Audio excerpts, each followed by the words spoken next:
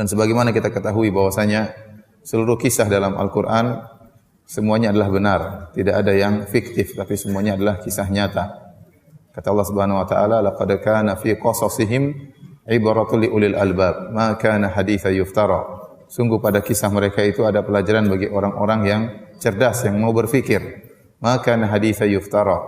Dan itu bukanlah kisah yang dibuat-buat, bukan dongeng. Bukan asatirul awalin, bukan dongeng-dongeng orang terdahulu. Sebagaimana tuduhan orang-orang musyrikin dan sebagaimana perkataan sebagian orang-orang liberal. Yang benar bahwasanya seluruh kisah dalam Al-Qur'an adalah kisah nyata ya. Allah Subhanahu wa taala menyampaikan juga faqsusil qasasa la'allahum yatafakkarun. Sampaikanlah kisah-kisah agar mereka berfikir. Jadi kisah-kisah dibawakan oleh Allah Subhanahu wa taala dalam Al-Qur'an ya, untuk diambil ibrahnya. Semakin kita berfikir merenungkan kisah-kisah tersebut, maka akan semakin banyak pelajaran yang bisa kita ambil. Bukan kisah pengantar tidur ya, tapi kisah yang benar-benar ada pelajaran ya, ada teladan yang bisa kita ambil dari kisah-kisah tersebut. Pada kesempatan kali ini kita akan menyampaikan tentang kisah Nabi Sulaiman alaihissalam. Dan Sulaiman alaihissalam disebutkan oleh Allah dalam Al-Quran lebih dari 15 kali ya. Dan disebutkan lebih dari 5 surat tentang Nabi Sulaiman, dan Allah memuji Nabi Sulaiman alaihissalam dalam ayat-ayat tersebut. Di antaranya Allah berfirman, "Wa Nuhan hadaina min qabl wa min dzurriyyatihi Dawud wa Sulaiman wa Ayyuba wa Yusufa wa Musa wa Harun wa kadzalika najzil muhsinin." Allah menyebutkan Dawud, Sulaiman, Ayub, Yusuf, Musa, Harun. Di akhir ayat kata Allah, wa kadzalika najzil muhsinin, dan demikianlah kami memberi balasan kepada orang-orang yang berbuat ihsan ya. Jadi Nabi Sulaiman dipuji termasuk dari orang-orang yang berbuat ihsan. Kemudian juga Allah memuji Nabi Sulaiman dalam surat Al-Anbiya, kata Allah Subhanahu wa taala, fa fahamnaha Sulaiman. Kami menjadikan Nabi Sulaiman paham akan hal tersebut ya. Jadi Allah beri pemahaman yang kuat kepada Nabi Sulaiman alaihi salam. Dan Nabi Sulaiman sebagaimana kita ketahui, beliaulah yang telah membangun Masjidil Aqsa, di antara 3 masjid spesial yang ada di dunia Islam adalah Masjidil Haram, kemudian Masjidil Aqsa, kemudian baru Masjid Nabawi. Secara urutan pembangunan, yang pertama dibangun adalah Masjidil Haram, dibangun oleh Nabi Ibrahim alaihissalam. Kemudian setelah itu Nabi Sulaiman membangun Masjidil Aqsa. Ya. Baru kemudian Nabi Muhammad SAW membangun Masjid Nabawi. Yang ketiga, masjid ini adalah masjid spesial, tidak boleh disamakan dengan masjid-masjid yang lainnya. Makanya Nabi SAW bersabda, la tushaddur rihal illa ila thalathati masajid. Tidak boleh seorang sengaja bersafar untuk mencari keberkahan ya, pada suatu tempat kecuali pada 3 masjid. Masjid Haram, Masjid Aqsa, dan Masjid Nabawi. Selain 3 masjid ini tidak boleh seorang sengaja bersafar. Misalnya seorang sengaja bersafar untuk mencari keberkahan di Masjid Ampel atau Masjid Demak, enggak boleh. Di Masjid Istiqlal enggak boleh. Karena semua masjid selain 3 masjid semuanya sama, enggak ada bedanya. Enggak ada bedanya. Masjid Istiqlal sama dengan Masjid Darussalam, enggak ada bedanya. Di Darussalam dengan Masjid Ampel enggak ada bedanya, semua sama. Yang spesial cuma 3 masjid ya. Disitulah pahala salat dilipat gandakan. Masjidil Haram 100.000 kali lipat, Masjidil Aqsa 500 kali lipat, Masjid Nabawi 1000 kali lipat. Dan di antara keutamaan salat di Masjid Nabawi adalah diampuni dosa-dosa, dan ini salah satu dari doa Nabi Sulaiman alaihissalam. Dalam hadis Rasulullah SAW bersabda, "Inna Sulaiman bin Dawud lamma bana Baitul Maqdis sa'ala Allah azza wa jalla khilalan thalatha." Tatkala Nabi Sulaiman alaihissalam bin Dawud selesai dari membangun Baitul Maqdis, maka beliau pun berdoa kepada Allah dan meminta 3 permohonan. Ya. Sa'ala Allah azza wa jalla hukman yusadifa hukmahu fa'utiyahu. Pertama dia minta kepada Allah agar diberi hukum yang sesuai dengan hukum Allah Subhanahu wa taala, dan Allah berikan. Hukum Nabi Sulaiman sesuai dengan hukum Allah Subhanahu wa taala. Wa sa'ala Allah azza wa jalla mulkan la yanbaghi li ahadin min ba'dihi fa'utiyahu. Permintaan kedua, beliau meminta kepada Allah agar diberi kerajaan yang tidak seorang pun memiliki kerajaan seperti dia. Nanti akan kita jelaskan. Itu kerajaan spesial yang di mana hewan-hewan, angin, dan jin tunduk kepadanya. Yang tidak ada seorang sebelum Nabi Sulaiman dan setelah Nabi Sulaiman yang memiliki kerajaan seperti ini. Ya, bukan dari sisi luas kerajaannya, tapi di situ angin tunduk kepada Nabi Sulaiman, hewan-hewan tunduk kepada Nabi Sulaiman, dan juga jin-jin, baik jin buruk maupun syaitan, semuanya tunduk kepada Nabi Sulaiman. Dan wa utiyahu, dikabulkan oleh Allah Subhanahu wa taala. Kemudian permintaan yang ketiga, alla ya'tiyahu ahadun la yanhazu illa lis-salati fihi an yukhrijahu min khati'ati ka yaumin waladathu ummuhu. Dan yang ketiga, Nabi Sulaiman minta agar kalau ada orang datang ke Masjid Aqsa dan dia tidak punya niat ke situ kecuali untuk salat. Ya, bukan untuk ya macam-macam ya, bukan untuk selfie-selfie, enggak ya. Datang ke situ niatnya benar-benar untuk apa? Salat ya. Makanya di sini ada persyaratan. Saya ingatkan kepada ikhwan-ikhwan yang pergi ke sana, benar-benar niatnya untuk apa? Salat. Karena alla ya'tiyahu ahadun la yanhazuhu illa lis-salat. Tidak seorang pun datang ke masjid ini dan dia tidak tergerak untuk ke sana kecuali untuk apa? Salat. Pahalanya semoga Allah Subhanahu wa taala mengeluarkan dia dari dosa-dosanya seperti baru dilahirkan dari perut ibunya. Kata Nabi sallallahu alaihi wasallam, "Fa nahnu narju an yakuna Allah azza wa jalla qad a'tahu iyyahu." Dan kata Nabi, kami berharap permintaan Nabi Sulaiman yang ketiga ini juga dikabulkan oleh Allah Subhanahu wa taala. Baik. Hadirin dan hadirat yang dirahmati oleh Allah Subhanahu wa taala, kita akan menyampaikan kisah Nabi Sulaiman alaihissalam melalui 3 surat yang akan saya bacakan dari Al-Qur'an.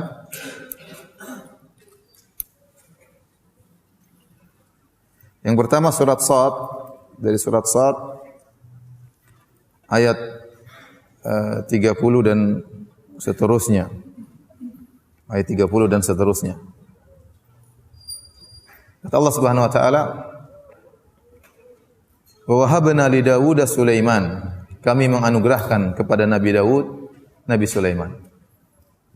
Ini anugerah terindah ya. Nabi Daud alaihissalam diberikan anak yang sangat saleh yaitu Nabi Sulaiman. Nabi Daud punya anak banyak, bukan cuma Sulaiman saja ya. Tapi di antara anugerah yang terindah bagi Nabi Daud alaihissalam adalah Nabi Sulaiman. Dan anugerah terindah bagi kita adalah anak yang saleh, yang mendoakan kita setelah kita meninggal dunia, yang taat kepada Allah Subhanahu wa taala, yang berbakti kepada kedua orang tuanya. Kemudian Allah muji Nabi Sulaiman. Kata Allah, "Ni'mal 'abdu innahu awwab."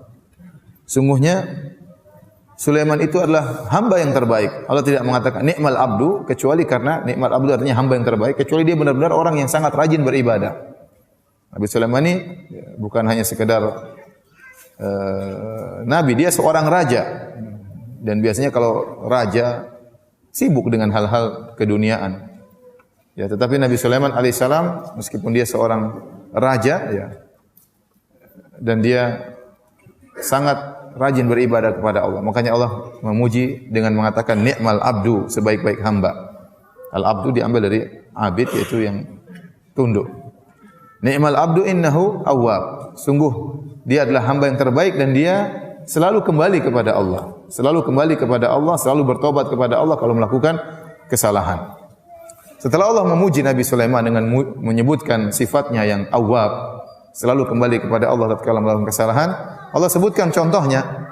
Contoh bagaimana Nabi Sulaiman kuat ibadahnya dan selalu bertobat kepada Allah, selalu kembali kepada Allah kalau melakukan kesalahan. Kata Allah, "Idh urida alaihi bil ashyi safinatul jiyad." Ingatlah ketika dipertunjukkan kepadanya as-safinatul jiyad, itu kuda-kuda pilihan. Ya. Yang ditunjukkan di hadapan Nabi Sulaiman. Itu Nabi Sulaiman melihat pameran kuda-kuda yang indah. Nabi Sulaiman suka dengan kuda-kuda yang indah tersebut, apalagi kuda-kuda disiapkan untuk berjihad. Jadi senang melihat kuda-kuda tersebut. Ya namanya raja, mungkin ada hiburan, dia melihat kuda-kuda yang disiapkan untuk berjihad di jalan Allah Subhanahu wa taala. Namun apa yang terjadi? Nabi Sulaiman keasikan melihat kuda-kuda tersebut sampai akhirnya matahari tenggelam dan dia lupa untuk berzikir kepada Allah Subhanahu wa taala. Faqala inni ahbabtu hubbal khairi an dzikri rabbi hatta tawarat bil hijab. Maka dia berkata, sungguhnya aku suka dengan melihat kuda-kuda ini sampai aku lupa dari an dzikri rabbi. Saya lupa dengan untuk mengingat Rabbku. Mungkin dia lupa untuk zikir petang atau lupa untuk suatu ibadah tertentu. Intinya dia mengatakan, gara-gara melihat kuda-kuda ini saya pun lupa mengingat Allah Subhanahu wa taala. Mungkin zikir petang. Hatta tawarat bil hijab, sampai akhirnya matahari terbenam. Waktu matahari terbenam dia sadar ternyata ada wiridnya atau zikirnya yang belum dia ucapkan. Maka dia pun bertobat kepada Allah, kata dia, rudduha alayya. Kembalikan kuda-kuda tadi yang sudah disimpan kembali. Setelah dipamerkan di hadapan Nabi Sulaiman, kata Nabi Sulaiman, bawalah kuda-kuda itu kembali kepadaku. Fatafiqa mashan bisuqi wal a'naq. Maka Nabi Sulaiman pun menyembelih kuda-kuda tersebut di kakinya dan demikian juga di leher kuda tersebut, ya. Karena kuda-kuda ini mengganggu Nabi Sulaiman, membuat beliau lalai dari mengingat Allah Subhanahu wa taala. Disebutkan beliau pun sembelih, beliau berikan kepada fakir miskin, dijadikan makanan, dibagi-bagikan, ya, karena kuda-kuda ini menyebabkan beliau lupa kepada Allah Subhanahu wa taala. Jadi luar biasa, ya. Gara-gara lupa untuk zikir kepada Allah, kuda yang buat dia senang dengan kuda-kuda tersebut, maka dia pun mengikhlaskannya, menginfakkannya di jalan Allah Subhanahu wa taala. Jadi kalau antum punya mobil baru, buat antum lupa zikir petang, ya, antum ikhlaskan, ya. Ya, antum sumbangkan di jalan Allah Subhanahu wa taala. Kalau ingin meniru siapa? Nabi Sulaiman alaihissalam. Ya, karena yang perkara dunia banyak yang membuat kita lalai. Lihat bagaimana kuatnya ibadah siapa? Nabi Sulaiman, ya. Gara-gara lupa zikir aja selesai urusannya. Kuda-kuda tersebut disembelih, dibagi-bagikan kepada fakir miskin. Sementara kita betapa sering dunia, ya, jangankan kuda, mungkin hanya perkara sepele saja kita sudah lupa ingat kepada Allah Subhanahu wa taala. Kemudian Allah Subhanahu wa taala menyebutkan lagi, Nabi Sulaiman pernah diuji oleh Allah dan dia melakukan kesalahan, ya. Kata Allah, "Wa laqad fatanna Sulaiman."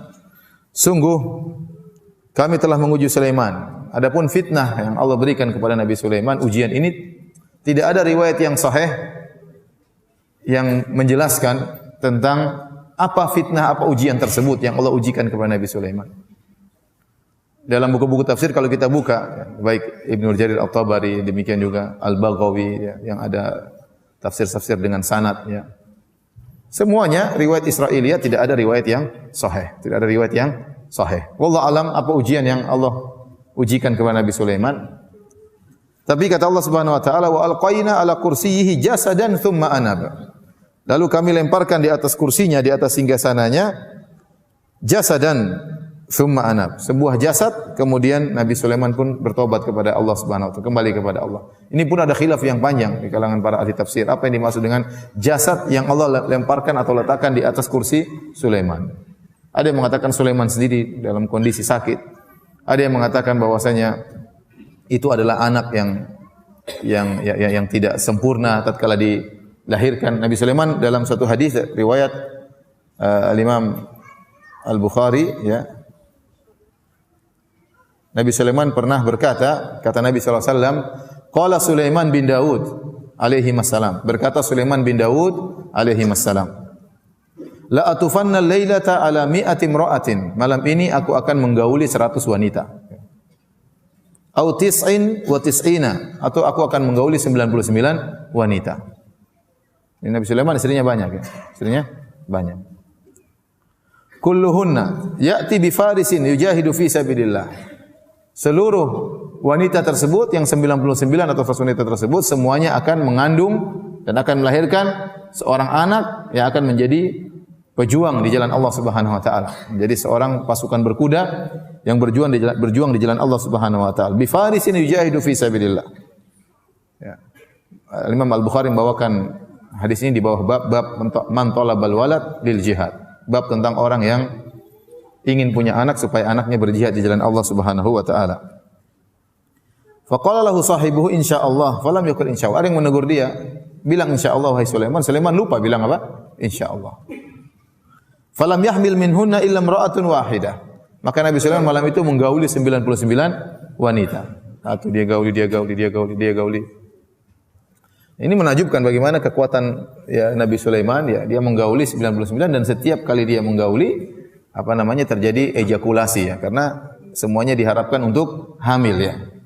Ya berarti dalam semalam dia sampai ejakulasi 99 kali ya. Ini luar biasa ya. Kuatnya luar biasa ya. Kemudian tapi Nabi Sulaiman lupa mengucapkan insyaallah. Maka tidak ada seorang wanita pun yang mengandung kecuali cuma satu dari 99 wanita tersebut semuanya tidak ada yang hamil kecuali seorang wanita.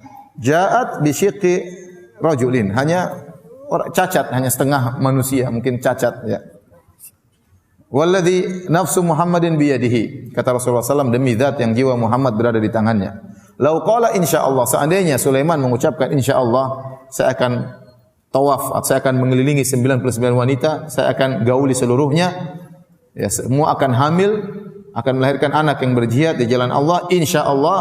Kalau seandainya Nabi Sulaiman mengucapkan insyaallah, akan semuanya melahirkan anak-anak yang berjihad. Kata Nabi, la jahadu fi sabilillah fursanan ajma'in. Seluruh wanita tersebut akan melahirkan anak-anak yang berjihad di jalan Allah di kemudian hari. Tapi Nabi Sulaiman lupa bilang apa? Insyaallah. Sehingga yang lahir cuma satu itu pun cacat. Sebagian ulama mengatakan, ya, inilah anak yang cacat, inilah yang kemudian Allah letakkan di atas singgasana Nabi Sulaiman. Bahwasanya tidak ada yang lahir, cuma jasad yang tidak sempurna. Ini tafsiran. Tafsiran yang lain mengatakan, yang dipilih oleh Syekh Nasir Abdurrahman bin Nasir Sa'di, itu syaitan. Nabi Sulaiman waktu sedang diuji oleh Allah Subhanahu wa taala, dia tidak duduk di kursinya, dia sedang ada ujian dari Allah, entah ujian apa. Tiba-tiba syaitan datang menguasai singgasananya dalam waktu beberapa lama. Ya. Tatkala syaitan menguasai singgasana Nabi Sulaiman, maka mereka bikin macam-macam ya. Mereka bikin ilmu sihir, mereka letakkan di bawah singgasana Sulaiman, sehingga Sulaiman dituduh sebagai penyihir gara-gara ulah perbuatan setan-setan yang kurang ajar yang sempat menguasai kerajaan Sulaiman. Waktu itu setan-setan belum di bawah, belum tunduk kepada Nabi Sulaiman, belum waktu itu. Ya.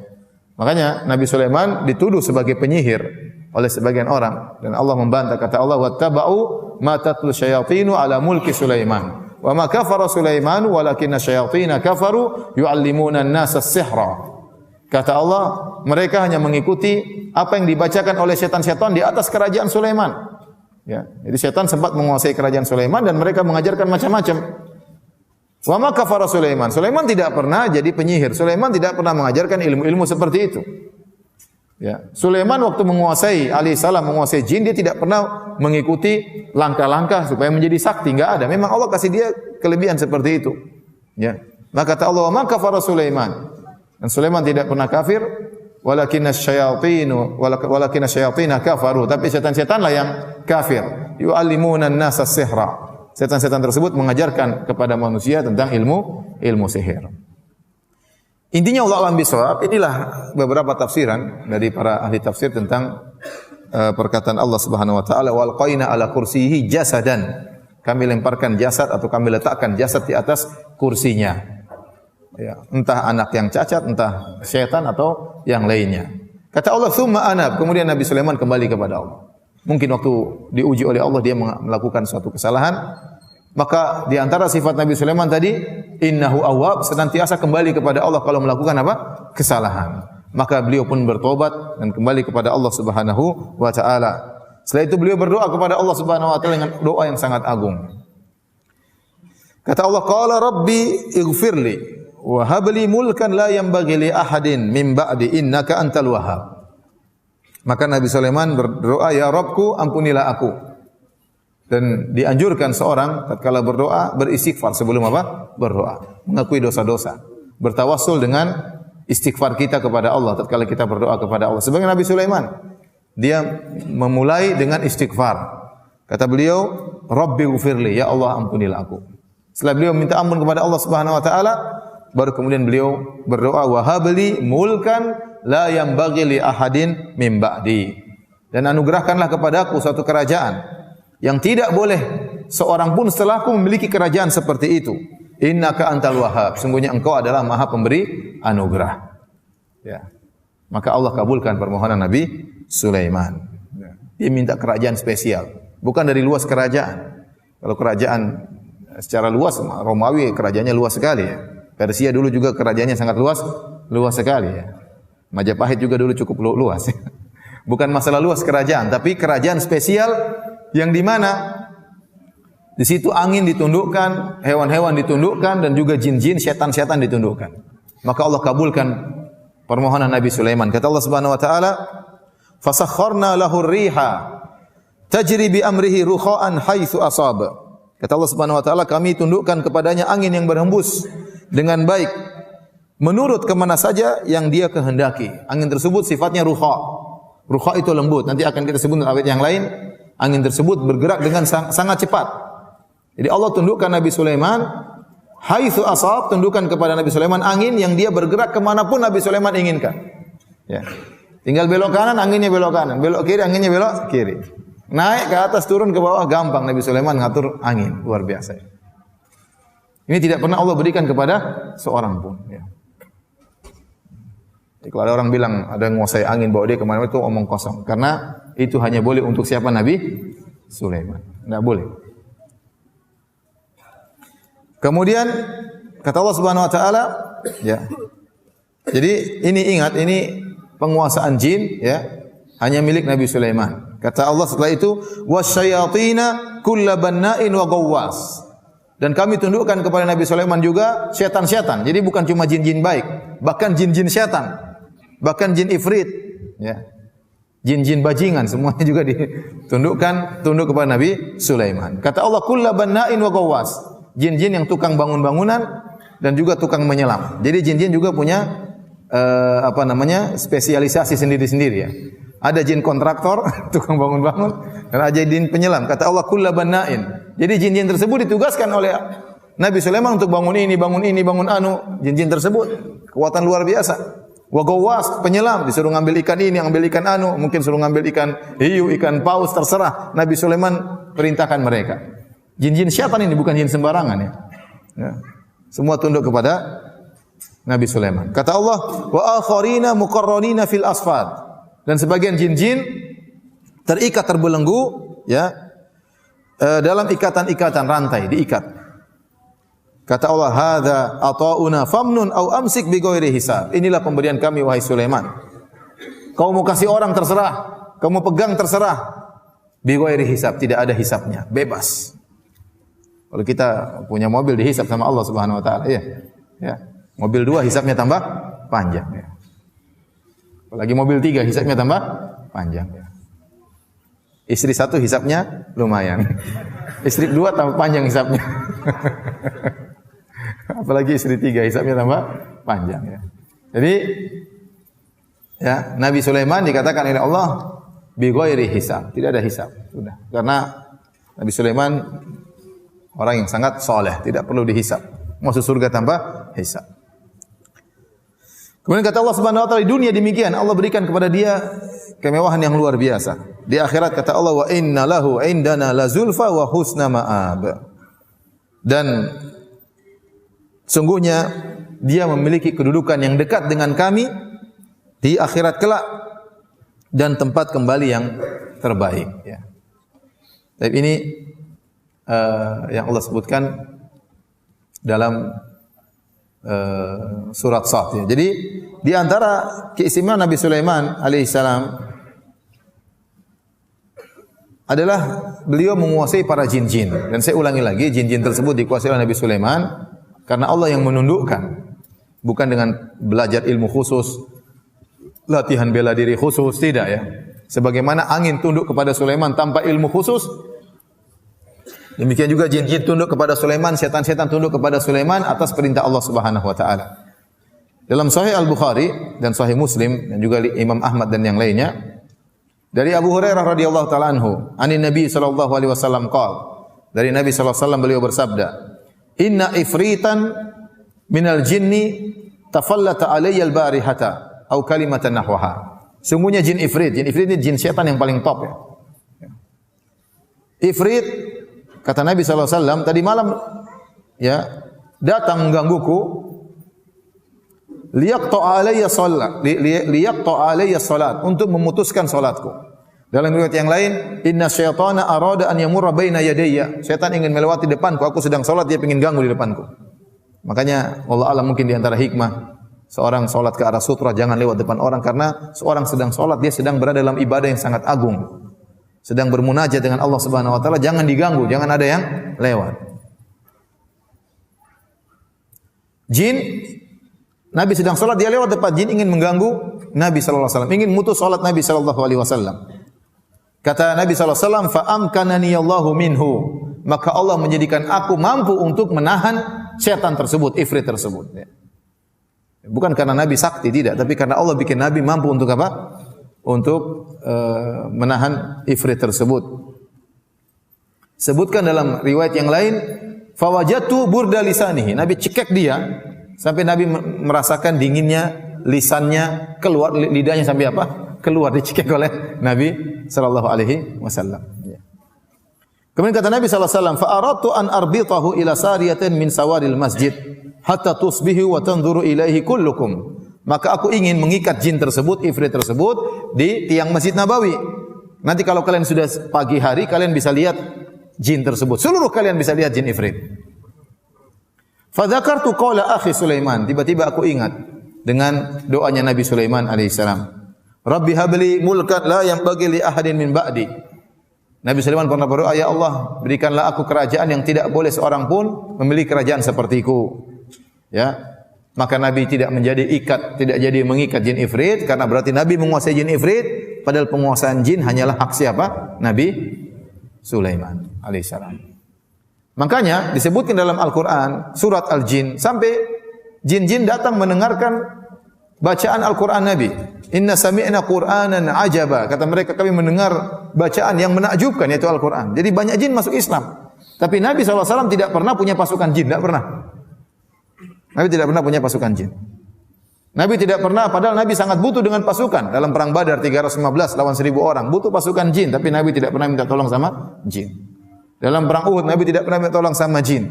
Dalam perang Khandaq 3000 dikepung sama 10.000, Nabi juga tidak pernah minta pertolongan sama jin. Waktu istrinya kalungnya hilang, Nabi juga tidak pernah minta tolong sama jin untuk mencari kalung istrinya. Karena memang tidak boleh menguasai jin kecuali siapa?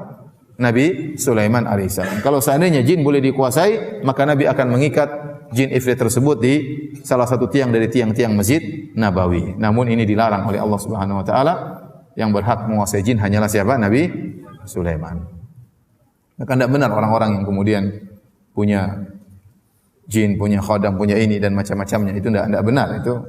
Itu pasti ada maharnya, pasti ada persyaratannya dan macam-macamnya. Adapun Nabi Sulaiman alaihissalam menguasai jin-jin tersebut tanpa persyaratan. Allah yang memberikan dia kemampuan. Nabi Muhammad waktu mencekik jin tersebut tanpa ada persyaratan. Allah yang beri Nabi sallallahu alaihi wasallam apa? Kemampuan. Sekarang orang punya jin buat ini, jin buat ini, ya. Ada maharnya, bayar ini, bayar anu. Ini kesyirikan. Ini adalah apa? Kesyirikan.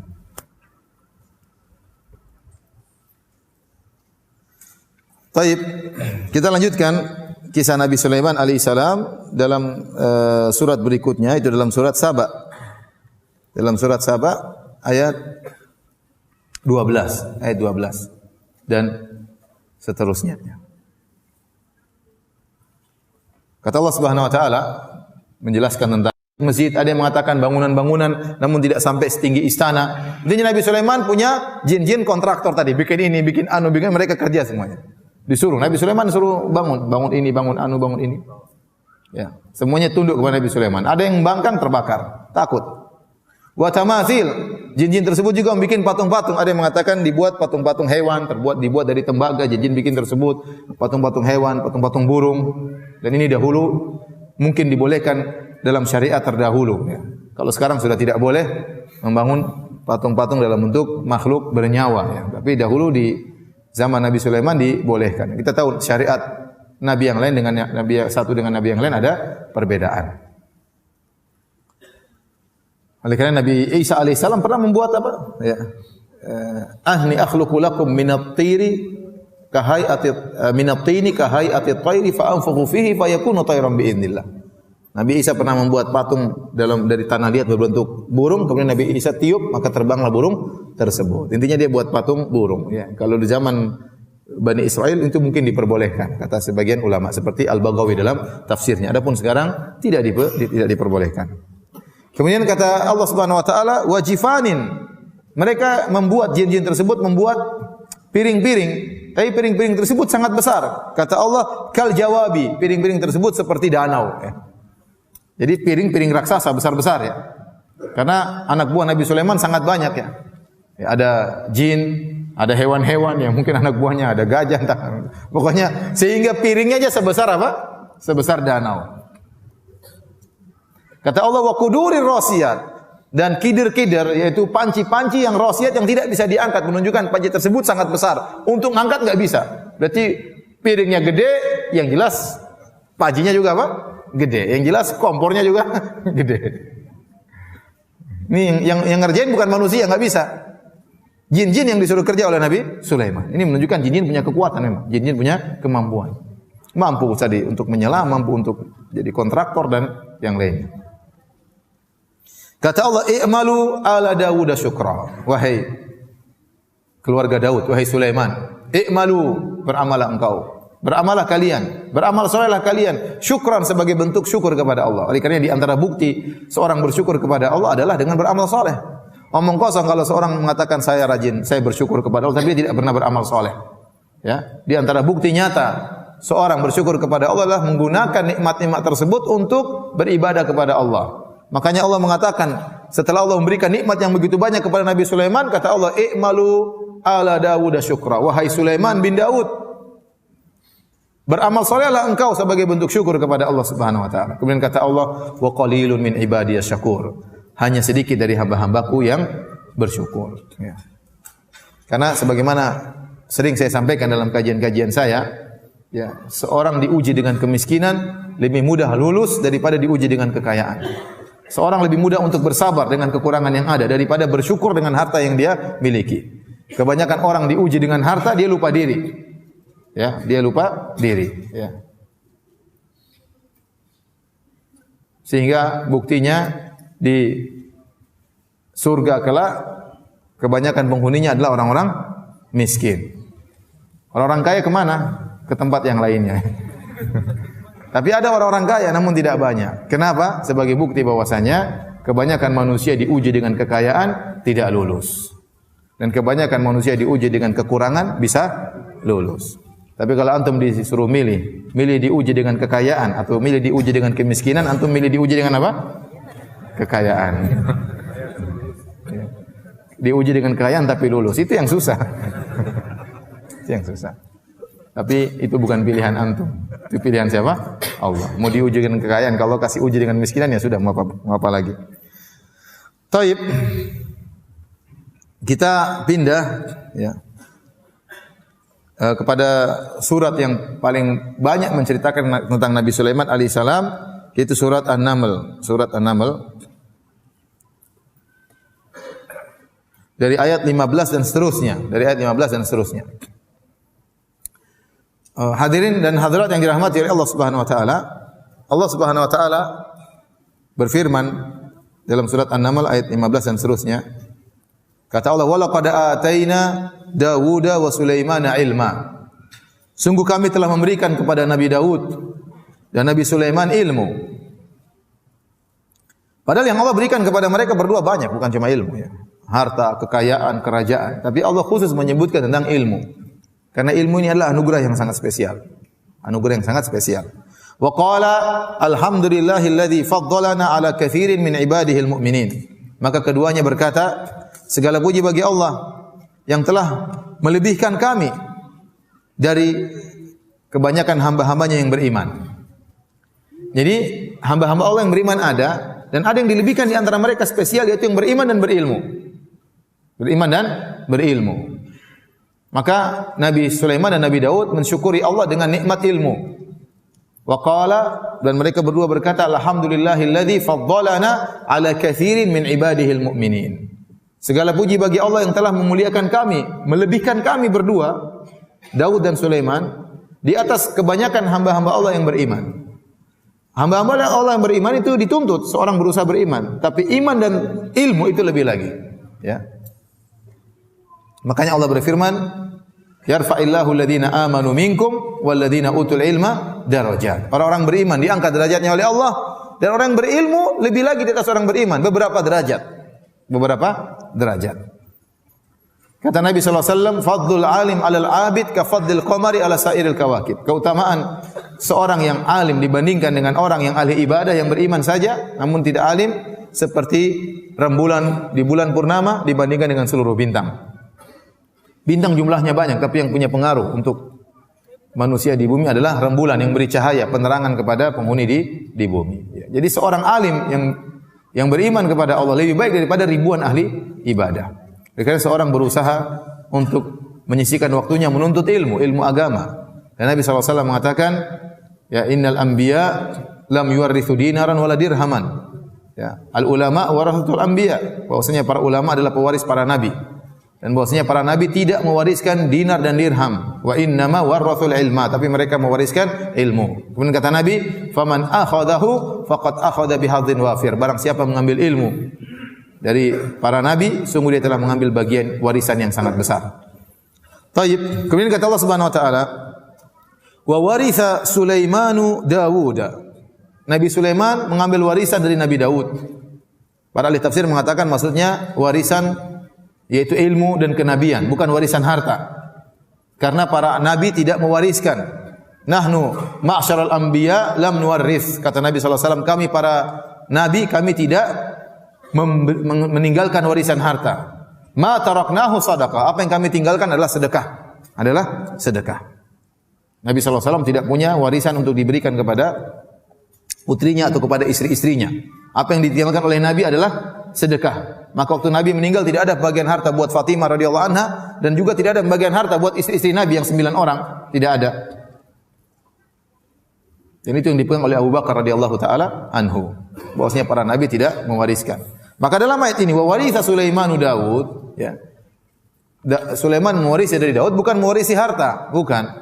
Karena saya jelaskan tadi Nabi Daud punya anak bukan cuma Nabi Sulaiman. Ya, jadi yang diwariskan adalah kenabian dan juga ilmu. Kemudian apa kata Nabi Sulaiman? Wa qala ya ayuhan nas ullimna mantiqat thair wa utina min kulli syai'. Nabi Sulaiman berbicara di hadapan rakyatnya. Wahai rakyatku, wahai manusia sekalian, sungguhnya aku ini diajari bahasa burung. Wa utina min kulli syai', dan kita telah diberikan segala sesuatu. Inna hadza lahuwal fadlul mubin. Ini adalah sungguh karunia yang nyata. Nabi Sulaiman menisbahkan segala kelebihan yang dia miliki kepada Allah. Dia kembalikan kepada Allah. Ini semua dari Allah Subhanahu wa taala. Bisa bahasa burung, bisa bahasa hewan, ya. Kemudian kata Allah Subhanahu wa taala, "Wa husyira li Sulaiman junuduhu minal jinni wal insi wat thairi fahum yuzaun." Maka dikumpulkan kepada Sulaiman pasukan-pasukannya dari golongan jin, dari golongan manusia, dari burung-burung, dari hewan-hewan. Fahum yuzaun, dan mereka tertib, teratur dalam barisan. Kata para ulama ini dalil bahwasanya Nabi Sulaiman selain dia seorang nabi, tapi dia juga seorang raja. Raja tersebut tegas. Sulaiman adalah raja yang tegas. Nanti kita akan lihat ketegasannya. Karena pemimpin itu ya juga butuh pemimpin yang tegas. Kalau pemimpin tidak tegas akan tidak dihargai oleh bawahannya. Punya peraturan harus tegas. Ya. Dia dalam kelembutannya ada ketegasannya. Ya. Adapun pemimpin yang lemah lembut tapi tidak tegas, ini tidak cocok jadi pemimpin. Selain dia baik, perhatian, tapi dia punya ketegasan. Jadi kita ingat Nabi Sulaiman ini bukan sekedar seorang nabi, tapi dia juga seorang raja. Maka dia atur pasukannya tertib. Pasukan manusia, pasukan jin, bahkan pasukan burung-burung, bahkan burung-burung kecil, ya, sampai hut-hut dia pun tahu. Dia cek. Taib. Kemudian berjalanlah pasukan tersebut hatta idza atau ala wadin namli. Tatkala mereka berjalan, pasukan yang begitu banyak, ya. Ada hewan-hewan, ada burung, ada jin, ada manusia. Kemudian mereka akan melewati suatu lembah semut. Qalat namlatun, tiba-tiba ada seekor semut berkata, "Ya ayuhan namlu, udkhulu masakinakum, la yahtimannakum Sulaimanu wa junuduhu wa hum la yash'urun." Tiba-tiba seekor semut berkata kepada semut-semut yang lain, "Wahai semut-semut sekalian, masuklah kalian ke dalam rumah-rumah kalian. Jangan sampai kalian diinjek oleh Sulaiman dan pasukannya sementara mereka tidak sadar, mereka tidak tahu." Kata Allah, "Fatabassama dhahikan min qawliha." Nabi Sulaiman tertawa, senyum, gembira melihat, ya, atau mendengar perkataan semut tersebut. Ya, ini di antara mukjizat Nabi Sulaiman alaihissalam. Jadi Nabi Sulaiman sekarang datang dengan pasukannya. Pasukannya kan banyak. Ada kebisingan, ada suara kuda, ada suara macam-macam banyak. Tiba-tiba ada semut satu ekor ngomong, dia dengar. Bagaimana ceritanya? Kita saja semut kalau lewat sini, ya, berdua, kemudian ngobrol, kita dengar tidak? Tidak. ngomong mungkin gibahin kita itu orang enggak mandi bau, kita enggak dengar, enggak pernah dengar. Ya. Bahkan semut kalau masuk di telinga ngobrol kita pun enggak dengar. Kita paling dengar merasakan gerakannya, tapi dia ngomong apa kita tidak tahu. Nabi Sulaiman mungkin di atas angin, berjalan pasukan di atas angin. Jarak antara semut dengan Nabi Sulaiman jauh. Entah Nabi Sulaiman di atas kuda, itu pun ada jaraknya. Entah Nabi Sulaiman di atas angin lebih jauh lagi. Subhanallah, Allah membuat Nabi Sulaiman terfokus mendengar perkataan semut tersebut. Di antara mukjizat Nabi Sulaiman. Kenapa Nabi Sulaiman tertawa, bahagia? Ya. Ada dua sebab. Pertama, Nabi Sulaiman bersyukur, luar biasa. Bagaimana Allah membuat dia bisa mendengar suara semut satu ekor ini. Ya. Semut itu kan banyak, rame-rame, semuanya ngomong, satu kok didengar. Terfokus dengar. Nabi Sulaiman juga banyak banyak kebisingan. Ya. Jarak begitu jauh dia bisa dengar satu ekor semut tersebut bisa ngomong. Ini di antara nikmat yang Allah berikan kepada Nabi Sulaiman. Fokus. Kemudian yang kedua, wallahu alam, ya, karena tingkah semut itu yang menakjubkan. Tingkah semut itu yang sangat menakjubkan. Sikap semut itu yang sangat menakjubkan. Perhatikan, semut ini tahu kedatangan Nabi Sulaiman dan pasukannya. Kemudian semut ini mengingatkan pasukannya dengan bahasa yang luar biasa indah. Sampai sebagian ulama membahas tentang masalah usul fikih ya dari ucapan semut ini. Semut ini berkata apa? Ya ayuhan namlu udkhulu masakinakum. Ya ayuha itu harfu nida, panggilan. Wahai, berarti dia teriak. Wahai semut-semut. Kemudian kata dia an-namlu. An-namlu itu ada alif lamnya ya, jamak menunjukkan keumuman. Kalau kita terjemahkan bahasa Indonesia, wahai semua yang merasa semut. Selain semut enggak usah dengar. Semua yang merasa semut. Jadi lafal ini umum mencakup seluruh semut. Semut kecil, semut besar, semut nenek-nenek, semut kakek-kakek, semut muda, semut ABG, semuanya masuk. Ya ayuhan namlu. Tanpa terkecuali. Karena lafal yang dibawakan oleh semut tersebut lafal umum menurut kaidah usul fikih ya. Udkhulu, masuklah kalian. Udkhulu masakinakum. Masuklah ke rumah-rumah kalian. Masuk semua, jangan semua masuk. Yang menakjubkan dia berkata, la yahtimannakum Sulaiman. Jangan sampai kalian diinjek oleh Sulaiman wa junuduhu dan pasukannya. Semut ini kenal Sulaiman. Bayangkan. Dia kenal Sulaiman. Ini Sulaiman datang. Ini Sulaiman ini sama pasukannya. Oh, Nabi Sulaiman luar biasa. Ini kenal sama saya. Dan dia benar-benar pandai menghormati Nabi Sulaiman. Dia mengatakan, jangan sampai kalian keinjak Sulaiman dan pasukannya. Dia enggak bilang hati-hati banyak manusia, bahaya-bahaya, tidak. Tapi dia bilang ini pasukannya Sulaiman. Nabi Sulaiman tersenyum melihat semut ini. Kemudian di antara sikap semut ini yang menakjubkan ya. Dia mengatakan la yahtimannakum Sulaiman wa junuduhu wa hum la yash'urun. Jangan sampai kalian diinjak oleh Sulaiman dan pasukannya sementara mereka tidak tahu. Seakan-akan dia mengatakan kalau kalian keinjek salah kalian sendiri. Sulaiman enggak lihat kalian. Jadi dia husnudzon kepada Sulaiman. Dia kasih udzur kepada Sulaiman. Seandainya kalian keinjek Sulaiman, yang salah kalian bukan siapa? Sulaiman. Mana Sulaiman lihat kalian? Subhanallah. Lihat semut ini memberi udzur kepada orang lain, kepada jenis makhluk yang lain. Memberi udzur kepada jenis manusia ya. Banyak orang kalau saudaranya salah tidak dikasih udzur. Tidak dikasih udzur. Ini semut memberi udzur kepada Sulaiman. Padahal dia bukan dari bangsa semut. Kemudian bagaimana semut ini tidak memikirkan dirinya sendiri. Dia memikirkan rakyatnya, memikirkan teman-temannya. Kalau dia mau selamat, dia masuk sendiri dalam lubang, selesai urusan. Tapi ternyata dia ingatkan saudara-saudaranya. Maka seorang berusaha jangan ingin menyelamatkan dirinya sendiri, selamatkan diri dan juga yang lainnya. Jangan lupa untuk bernahi mungkar, mengingatkan masyarakat dari kesalahan, dari penyimpangan, dari kesyirikan, dari kekufuran, meskipun ya resikonya mungkin Anda dihina, mungkin Anda direndahkan, enggak ada masalah. Yang penting ingin menyampaikan kebaikan. Inilah yang kemudian menjadikan Nabi Sulaiman fatabassama dhahikan. Nabi Sulaiman tersenyum sambil tertawa min qauliha, karena perkataan semut ini. Luar biasa semut ini, menakjubkan ya. Kemudian Nabi Sulaiman pun berdoa, wa qala rabbi auzi'ni an ashkura ni'mataka allati an'amta alayya.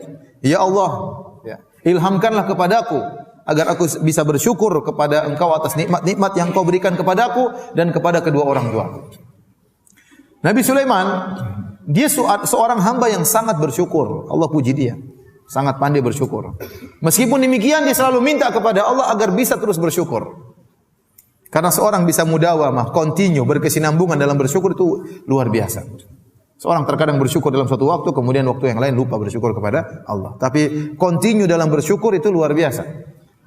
Ya, makanya ada seorang tabi'in, waktu dia lagi tawaf, dia mendengar ada salah seorang berdoa, ya.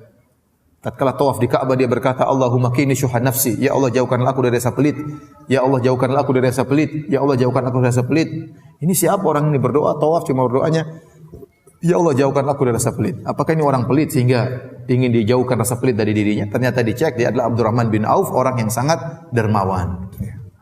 Jadi meskipun dia dermawannya luar biasa, dia masih takut untuk apa? Pelit. Sehingga terus berdoa kepada Allah agar dijauhkan dari rasa pelit. Dia tidak pede, oh saya sudah banyak dermawan, saya bukan orang pelit. Tidak. Dia tetap berdoa kepada Allah jangan sampai diberikan rasa pelit. Nabi Sulaiman alaihissalam adalah seorang yang sangat bersyukur, tetap dia berdoa kepada Allah, Rabbi auzi'ni an ashkura ni'mataka allati an'amta alayya. Ya Allah anugerahkanlah kepadaku agar aku bisa terus bersyukur kepadamu.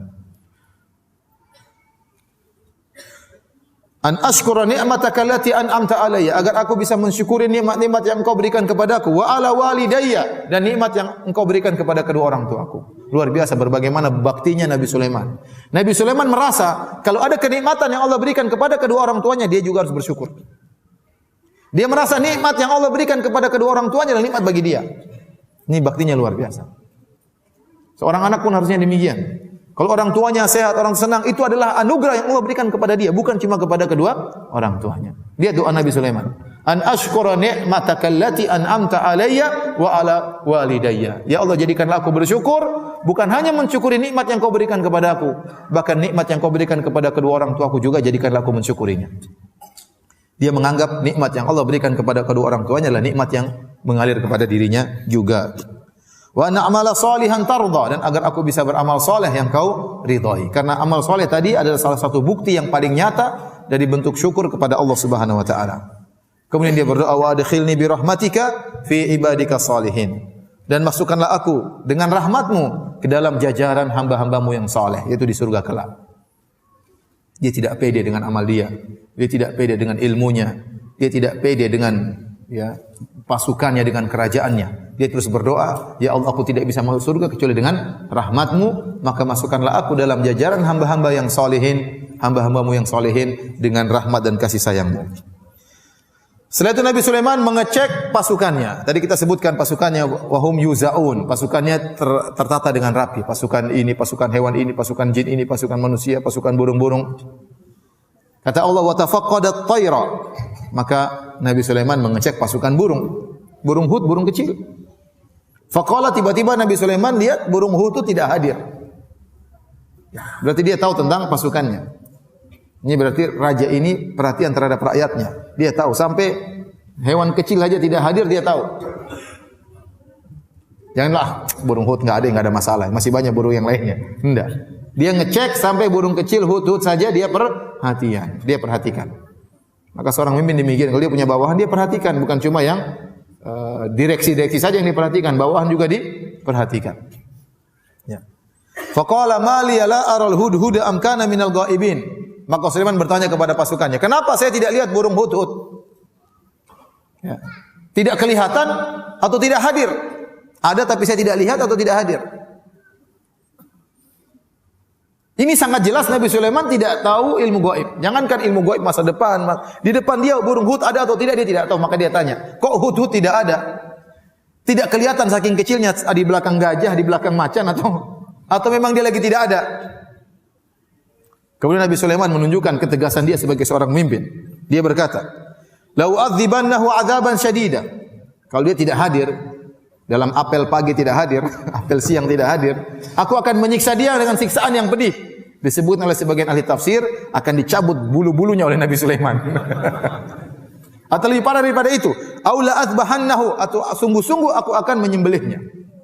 Ini Nabi Sulaiman ucapkan di hadapan hewan-hewan yang lain. Di hadapan jin-jin yang lain. Jin-jin ngembangkang dibakar. Ya. Kenapa? Karena ini posisinya posisi pasukan harus tegas. Bukan saatnya lemah lembut, saatnya tegas saat ini. Lemah lembut ada saatnya. Ya, ada saatnya lemah lembut, ada saatnya tegas tatkala memimpin pasukan perang. Ya. Kata Nabi Sulaiman, "Lau adzibannahu adzaban syadida." Aku akan menyiksanya dengan siksaan yang pedih. Au la adzbahanna, atau sungguh-sungguh aku akan menyembelihnya.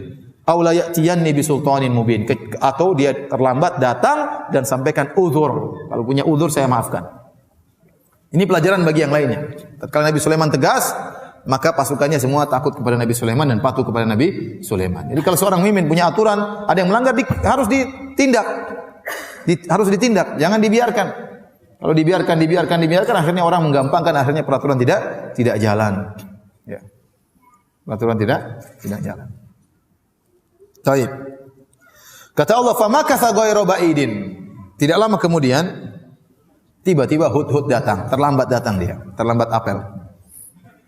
Faqala ahattu bima lam tuhitu bih. Hudhud berkata, "Wahai raja, aku punya ilmu yang kau tidak punya ilmu tentangnya. Aku tahu apa yang kau tidak tahu." Subhanallah. Hudhud ini sudah terlambat datang, langsung bilang, "Saya punya ilmu kau tidak tahu." Ini ngomongnya depan Raja Sulaiman yang punya pasukan luar biasa ya. Dengan pedenya dia berkata, "Aku punya ilmu yang kau tidak tahu." Jadi kata para ulama seperti Al-Qurtubi dan yang lain, ini dalil bahwasanya Nabi Sulaiman tidak tahu ilmu gaib. Dan bahwasanya Nabi Sulaiman tidak tahu ilmu gaib diketahui oleh rakyatnya. Rakyatnya pun tahu sang Nabi tidak tahu ilmu gaib. Bahkan burung Hudhud pun tahu Nabi Sulaiman tidak tahu ilmu gaib. Makanya Hudhud dengan pede mengatakan, "Aku tahu apa yang kau tidak tahu." Wajituka min saba'in binaba'in yakin. Sungguh aku telah datang kepada engkau dari negeri Saba dengan suatu kabar yang pasti. Jadi ternyata Hudhud ini mau apel, dia pergi jalan-jalan. Dan kerajaan Sulaiman di Palestina, antara Palestina dengan Saba kira-kira 2000 km. Berarti jauh atau tidak? Jauh, berarti dia terbang sana ya. Mungkin dia terbang-terbang jalan-jalan kemudian dia pulang, aduh nanti terlambat apel gimana ya. Sebagian ada yang mengatakan Hudhud menimbang antara maslahat dan mudarat. Kalau saya pulang cepat, apel tepat, ada kabar yang tidak saya dapatkan. Tapi kalau saya terlambat, resikonya mungkin disiksa oleh Sulaiman, tapi ada berita yang penting harus saya dapatkan. Dan dia menimbang, akhirnya dia milih terlambat, enggak ada masalah, menempuh mudarat lebih kecil demi mendapatkan maslahat yang besar. Waktu burung Hudhud pun datang ketemu Sulaiman, dia tidak banyak omong. Dia bilang, "Sebentar raja, saya tadi jalan-jalan ke Sabah, ada lewat sungai, lewat gunung, kelamaan segera disembelih kalau ngomong kayak gini." Jadi ada orang kalau ketemu kita ngobrol tuh kanan kiri belok kiri, intinya cuma apa? Sedikit. Ya. Kalau kita tahu orang depan kita sibuk, jangan belok kanan belok kiri, langsung Sulaiman lagi sibuk-sibuk seperti ini alaihissalam, kemudian mau cerita tadi saya lewat ke ini, lewat gunung, lewat mata air, kemudian ada ini, keburu disembelih sama Sulaiman. Dia datang langsung ngobrol pada intinya. Ahattu bima lam tuhitu bih. Saya punya ilmu yang kau tidak punya wahai Sulaiman. Wajituka min saba'in binaba'in yakin. Saya datang dari negeri Sabah dengan suatu berita yang penting, berita yang pasti benarnya. Kemudian dia bercerita langsung to the point. Ya, siapa namanya? Hudhud ya. Karena sebagian orang, saya pernah ngisi pengajian orang tanya, lah mukadimahnya lama sekali, saya enggak tahu pertanyaannya. Sampai jamaah protes. Mas, intinya apa mas? Intinya apa? Muter kanan, muter kiri nih. Kita harus begini, harus berbakti sama orang tua. Harus cerita dulu dia berbakti sama orang tuanya. Intinya apa pertanyaannya? Kalau tanya yang di antara kecerdasan seorang, dia bertanya dengan yang tertentu, yang pertanyaannya benar. Kalau yang muter kanan, muter kiri, belok kanan, belok kiri, maju mundur, maju belakang, ngalor ngidul itu, pertanyaan ternyata cuma sedikit. Ini orang ini nggak beres ini. Berarti ya enggak. Dia harus tahu banyak orang waktunya terbatas, banyak orang waktunya mahal. Maka kita jangan buang-buang waktu orang. Taib. Maka burung Hudhud langsung menyampaikan intinya. Dia mengatakan, "Inni wajadtu imra'atan tamlikuhum wa utiyat min kulli syai'in wa laha 'arsyun 'azim." Sungguhnya aku mendapati di negeri Sabah ada seorang ratu, malikah, seorang ratu. Tamlikuhum, yang menguasai rakyatnya di kerajaan Sabah. Wa utiyat min kulli syai', dan dia diberikan segala sesuatu. Artinya ratu ini sangat kaya raya. Semua namanya keperluan seorang raja ada padanya. Walaha 'arsyun 'azim. Kemudian Hudhud menyebutkan tentang salah satu harta yang istimewa milik sang ratu, yaitu dia memiliki singgasana yang megah, singgasana yang besar. Arsyun azim. Kemudian dia berkata, wajadtuha wa qaumaha yasjuduna lisyamsi min dunillah, dan aku mendapati sang ratu, konon namanya Ratu Bilqis, dan kaumnya sujud kepada matahari dan tidak sujud kepada Allah Subhanahu wa taala. Wa zayyana lahumus syaitanu a'malahum, dan syaitan telah menghiasi perbuatan mereka. Fasaddahum 'anis sabil, sehingga syaitan menghalangi mereka dari jalan menuju Allah. Fahum la yahtadun, dan mereka tidak dapat petunjuk dari Allah Subhanahu wa taala. Alla yasjudu lillahi alladhi yukhrijul khaba'a fis samawati wal ard wa ya'lamu ma tukhfuna wa ma tu'linun. Dan syaitan menyuruh mereka agar tidak menyembah Allah yang mengeluarkan apa yang terpendam di langit dan di bumi, dan yang mengetahui apa yang kalian tampakkan dan apa yang kalian sembunyikan. Allahu la ilaha illahu rabbul arsyil azim. Dialah Allah Subhanahu wa taala yang tidak berhak disembah kecuali Allah, dan dialah pemilik arsy yang agung. Inilah kisah atau laporan dari burung hudhud kepada Sulaiman akibat keterlambatan dia, ya. Ternyata burung hudhud terlambat demi untuk menyampaikan informasi tentang ada kesyirikan yang terjadi di negeri yang lain, negeri Sabah, kira-kira 2000 km dari Palestina. Burung hudhud, yang dia seekor burung, dia tidak terima ada kesyirikan di atas muka bumi. Dia tidak terima ada kesyirikan di muka bumi. Dia merasa gelisah ada kesyirikan tersebut. Harus dia laporkan kepada Sulaiman, meskipun resikonya dia akan disembelih atau dicabut bulu-bulunya. Tidak ada masalah. Ini kesyirikan harus saya sampaikan kepada Sulaiman. Sementara sebagian orang sekarang ada kesyirikan malah dilestarikan untuk mendatangkan wisata, untuk mendatangkan devisa dan macam-macamnya. Tidak boleh. Kesyirikan harus dihilangkan. Ini tradisi. Apa kata orang tua? Ini kalau kesyirikan tradisi harus dihilangkan, diganti dengan tradisi. Oleh karenanya burung hudhud tidak terima tatkala ada kesyirikan, dan dia lapor kepada Nabi Sulaiman. Ternyata ratu tersebut dan anak buahnya dan rakyatnya menyembah apa? Menyembah matahari, menyembah matahari. Dan di antara hal yang istimewa dari ratu tersebut, dia memiliki singgasana yang megah. Setelah dilaporkan kepada Sulaiman, apa komentar Nabi Sulaiman? Nabi Sulaiman tidak langsung terima berita dari hudhud. Kata Nabi Sulaiman, qala sananzur asadaqata am kunta minal kadhibin. Kita lihat wahai hudhud, kamu ini benar apa enggak benar? Kalau enggak benar, siap dicabut bulunya. Ini dalil yang sangat kuat. Nabi Sulaiman tidak tahu ilmu gaib. Kalau Nabi Sulaiman tahu, tidak perlu laporan dari hudhud. Saya sudah tahu, tadi kamu jalan kemana-mana, saya tahu. Kamu tadi ke sana kan? Nabi Sulaiman tidak tahu. Padahal pasukannya jin. Padahal ifrit di bawah perintah Nabi Sulaiman. Dan Nabi Sulaiman tidak tahu apa yang dilakukan oleh hudhud. Dia hadir atau tidak hadir. Dia kemana, Nabi Sulaiman tidak tahu. Dia tidak tahu ada negeri Sabah. Dia tidak tahu ada namanya Ratu Bilqis yang menyembah matahari. Dia tidak tahu. Sebagaimana Nabi Yakub, waktu anaknya Yusuf hilang, entah kemana, dia tidak tahu, tiap hari menangis. Setelah belasan tahun baru dipertemukan kembali oleh Allah antara Nabi Yakub dengan siapa? Nabi Yusuf. Dia tidak tahu ilmu gaib.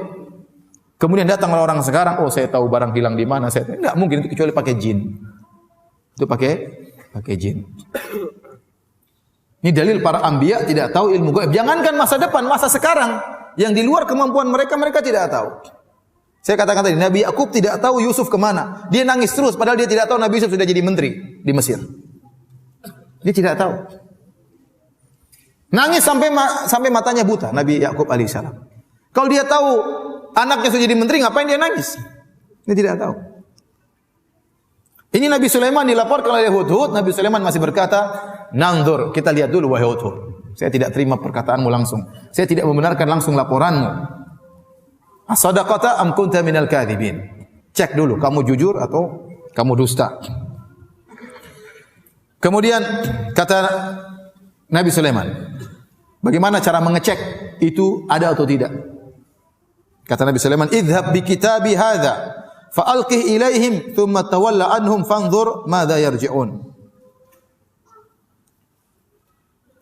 Kata Nabi Sulaiman, wahai hudhud, pergilah bawalah suratku ini. Jatuhkanlah suratku ini kepada mereka dan pergilah dari mereka, lalu perhatikanlah apa yang sedang mereka diskusikan. Bagaimana sikap mereka menghadapi surat ini. Akhirnya hudhud terbang dari mana? Palestina, bawa surat. Sepenggal kertas dibawa surat terbang. Terus lewat sampai masuk ke dalam kerajaan Ratu Bilqis, sampai di kamarnya Ratu Bilqis. Kemudian surat tersebut dilemparkan ke dalam kamar Ratu Balqis. Ratu Balqis lihat ada selembaran surat jatuh. Dibuka, ternyata dari siapa? Nabi Sulaiman alaihissalam. Apa isinya? Innahu min Sulaiman wa innahu bismillahirrahmanirrahim. Sungguhnya ini dari Sulaiman dan sungguhnya bismillahirrahmanirrahim. Alla ta'alu alayya wa'tuni muslimin. Ya, janganlah kalian berlaku sombong di hadapanku. Datanglah serahkan diri kalian dalam kondisi Islam. Surat singkat tapi tegas sekali. Ya, isinya cuma apa? 2 kalimat. Alla ta'alu alayya wa'tuni muslimin. Jangan sombong, datang sini masuk Islam. Mengerikan. Tetapi waktu Ratu Bilqis baca surat itu, kemudian dia datang kepada rakyatnya, apa yang dia katakan? Dia mengatakan, qalat ya ayyuhal mala'u inni ulqiya ilayya kitabun karim. Wahai rakyatku, wahai pembesar-pembesarku, sungguhnya telah dilemparkan kepadaku suatu surat yang mulia. Dia puji surat tersebut. Dia katakan surat yang mulia. Kenapa surat ini aneh? Ratu Bilqis tinggal di istana, kira-kira di pagar apa di tengah-tengah? Kamarnya kira-kira dekat pagar hansip atau di tengah-tengah? Hah? Ratu Bilqis kamarnya di mana? Di tengah-tengah lah. Untuk bisa sampai ke Ratu Bilqis harus melewati berbagai macam puluhan mungkin apa? Pengawal. Ya, tidak mungkin mau ketemu Ratu Bilqis gampang, apalagi masuk di kamarnya enggak gampang. Ya. Tapi ternyata surat itu bisa sampai melewati pasukannya yang begitu banyak. Kalau cuma di pinggir bisa dilempar gitu, enggak. Ya, enggak, ini tengah-tengah kamarnya tapi ternyata surat tersebut bisa sampai. Ini menakjubkan. Tidak sembarang surat bisa sampai ke kamar Ratu Bilqis. Harusnya lewat pengawal 1, pengawal 2, pasukan 1, pasukan 2, baru kemudian bisa sampai ke Ratu Bilqis. Kemudian tentunya Ratu Bilqis sudah dengar tentang Nabi Sulaiman. Nabi Sulaiman terkenal. Ya, terkenal. Dan dia sudah tahu tentunya Ratu. Karena Nabi Sulaiman ini disebutkan oleh pada sejarah, kan dia Nabi belakangan. Dia jauh setelah Nabi Ibrahim. Dan dia keturunan Nabi Ibrahim. Nabi Yakub di bawahnya. Nabi Yusuf, kemudian Nabi Musa, Harun, baru kemudian apa? Nabi Sulaiman belakangan. Ada yang mengatakan dia hidup kira-kira 1000 tahun sebelum Masehi. Kira-kira 1000 tahun sebelum apa? Masehi. Ya. Jadi tentunya Ratu Bilqis sudah dengar tentang Arab, apa itu Arab, dan dia tinggal di Jazirah Arab di Yaman, tentang Ka'bah dan yang lainnya. Tentunya dia sudah dengar. Jadi dia sudah dengar tentang kekuasaan Sulaiman. Maka waktu datang Sulaiman, padahal isinya tantangan, isinya ancaman, dia mengatakan, ulqiya ilayya kitabun karim. Sungguh telah dilemparkan kepadaku surat yang mulia. Isinya tadi, innahu min Sulaiman wa innahu bismillahirrahmanirrahim. Alla ta'lu alayya wa'tuni muslimin. Dari Sulaiman, bismillahirrahmanirrahim. Jangan sombong, datang serahkan diri masuk Islam. Kemudian Ratu Bilqis berkata, qalat ya ayyuhal mala'u aftuni fi amri ma kuntu qati'atan amran hatta tashhadun. Kata Ratu Bilqis, wahai anak buahku sekalian, wahai para pembesar-pembesar, wahai para menteri, berilah pendapat kalian kepadaku. Saya tidak bisa memutuskan perkara sampai kalian bermusyawarah dengan kalian. Bagaimana menurut pendapat kalian? Apa yang harus saya lakukan?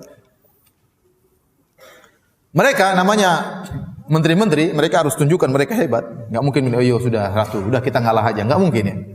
Menteri-menteri loyo seperti ini. Mereka tunjukkan mereka kuat.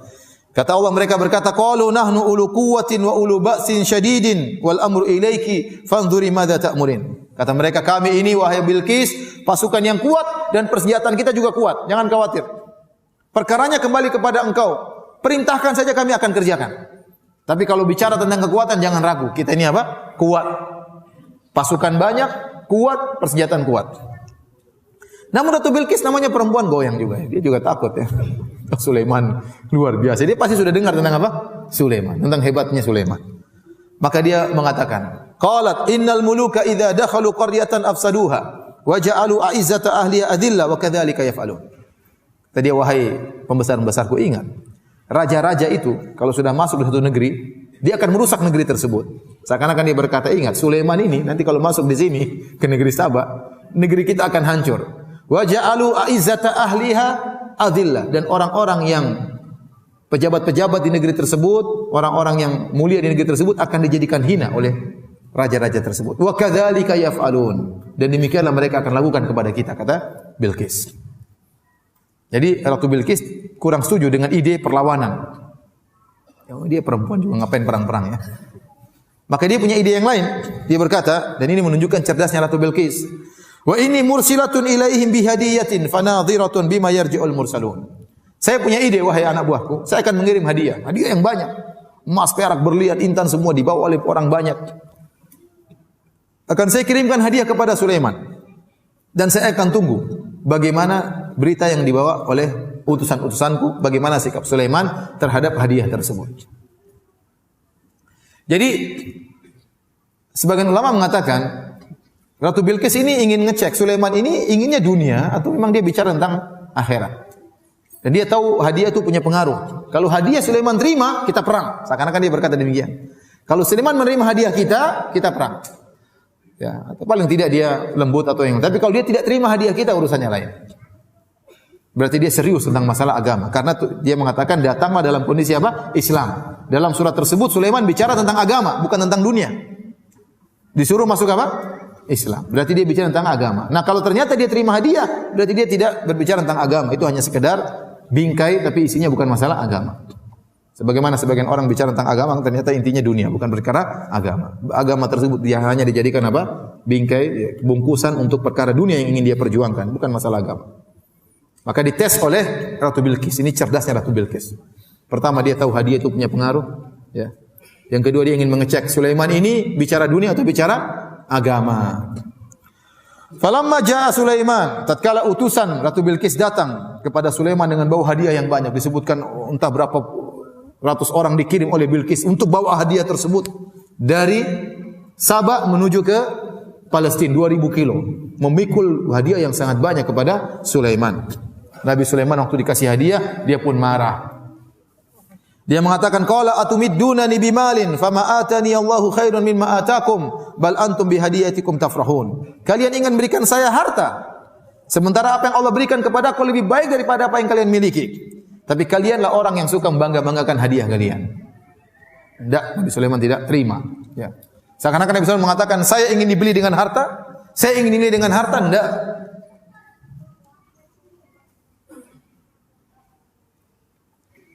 Saya baru dengar seorang pejabat yang kemudian berkata, ya, saya ditawarin sekian miliar hanya untuk satu peraturan, merubah satu peraturan. Maka saya kumpulkan pegawai saya, dia bilang, kalau mereka bisa nilai kita dengan rupiah, kita enggak ada nilainya. Jangan sampai kita dinilai dengan apa? Rupiah. Ada pejabat yang ngomong gitu sama saya. Oleh karenanya, Sulaiman mengajarkan kepada mereka, ya, saya tidak bisa dinilai dengan duit, saya tidak bisa dinilai dengan harta. Apa yang Allah berikan kepada saya lebih baik daripada apa yang kalian miliki. Kalian saja yang bangga-banggaan kalau sudah kasih hadiah sama orang. Kemudian kata Nabi Sulaiman, irji ilaihim, pulanglah engkau kepada ratumu. Falanatiyannahum bijunudin la qibala lahum biha. Kami akan kirim pasukan menyerang mereka yang mereka tidak bisa melawan pasukan kami. Wala nukhrijannahum minha adillah wa hum saghirun. Sungguh kami akan mengusir mereka dari negeri mereka dalam kondisi hina, dalam kondisi rendah. Dan Nabi Sulaiman tahu pasti Ratu Bilqis ketakutan. Akhirnya mereka pulang dan mereka ketakutan dengan ancaman Nabi Sulaiman, dan Nabi Sulaiman tahu ini Bilqis pasti datang menyerahkan dirinya. Maka Nabi Sulaiman kemudian punya rencana lain. Kata Nabi Sulaiman kepada anak buahnya, qala ya ayyuhal mala'u ayyukum ya'tini bi arsyiha qabla an ya'tuni muslimin.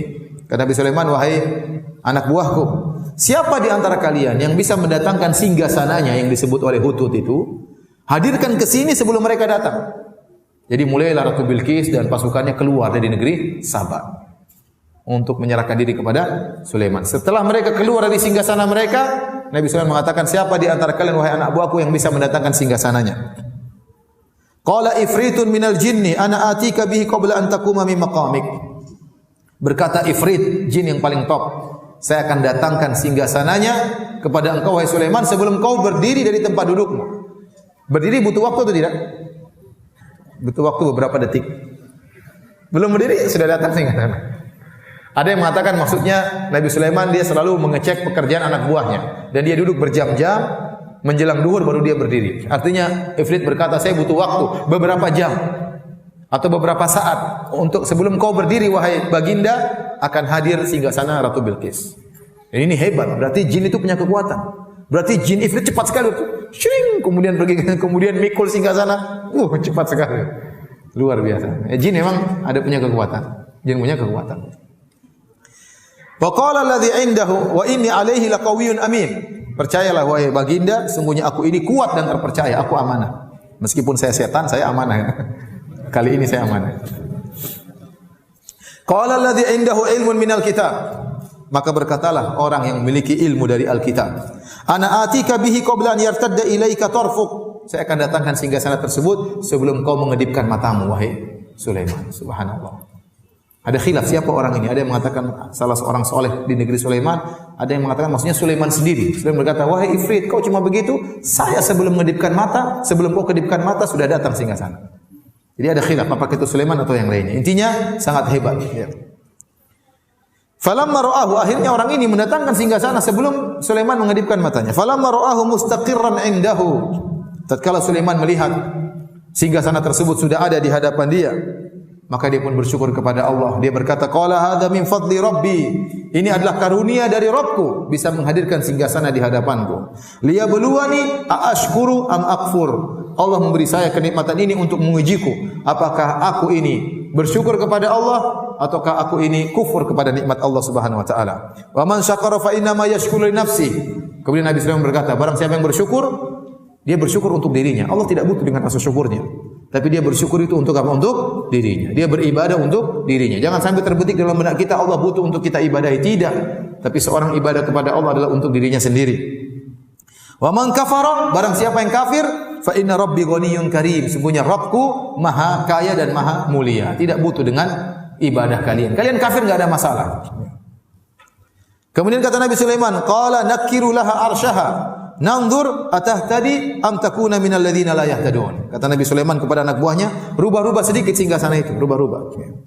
Kita ingin lihat, dia ngerti enggak itu singgasananya atau bukan. Dirubah-rubah singgasana tersebut.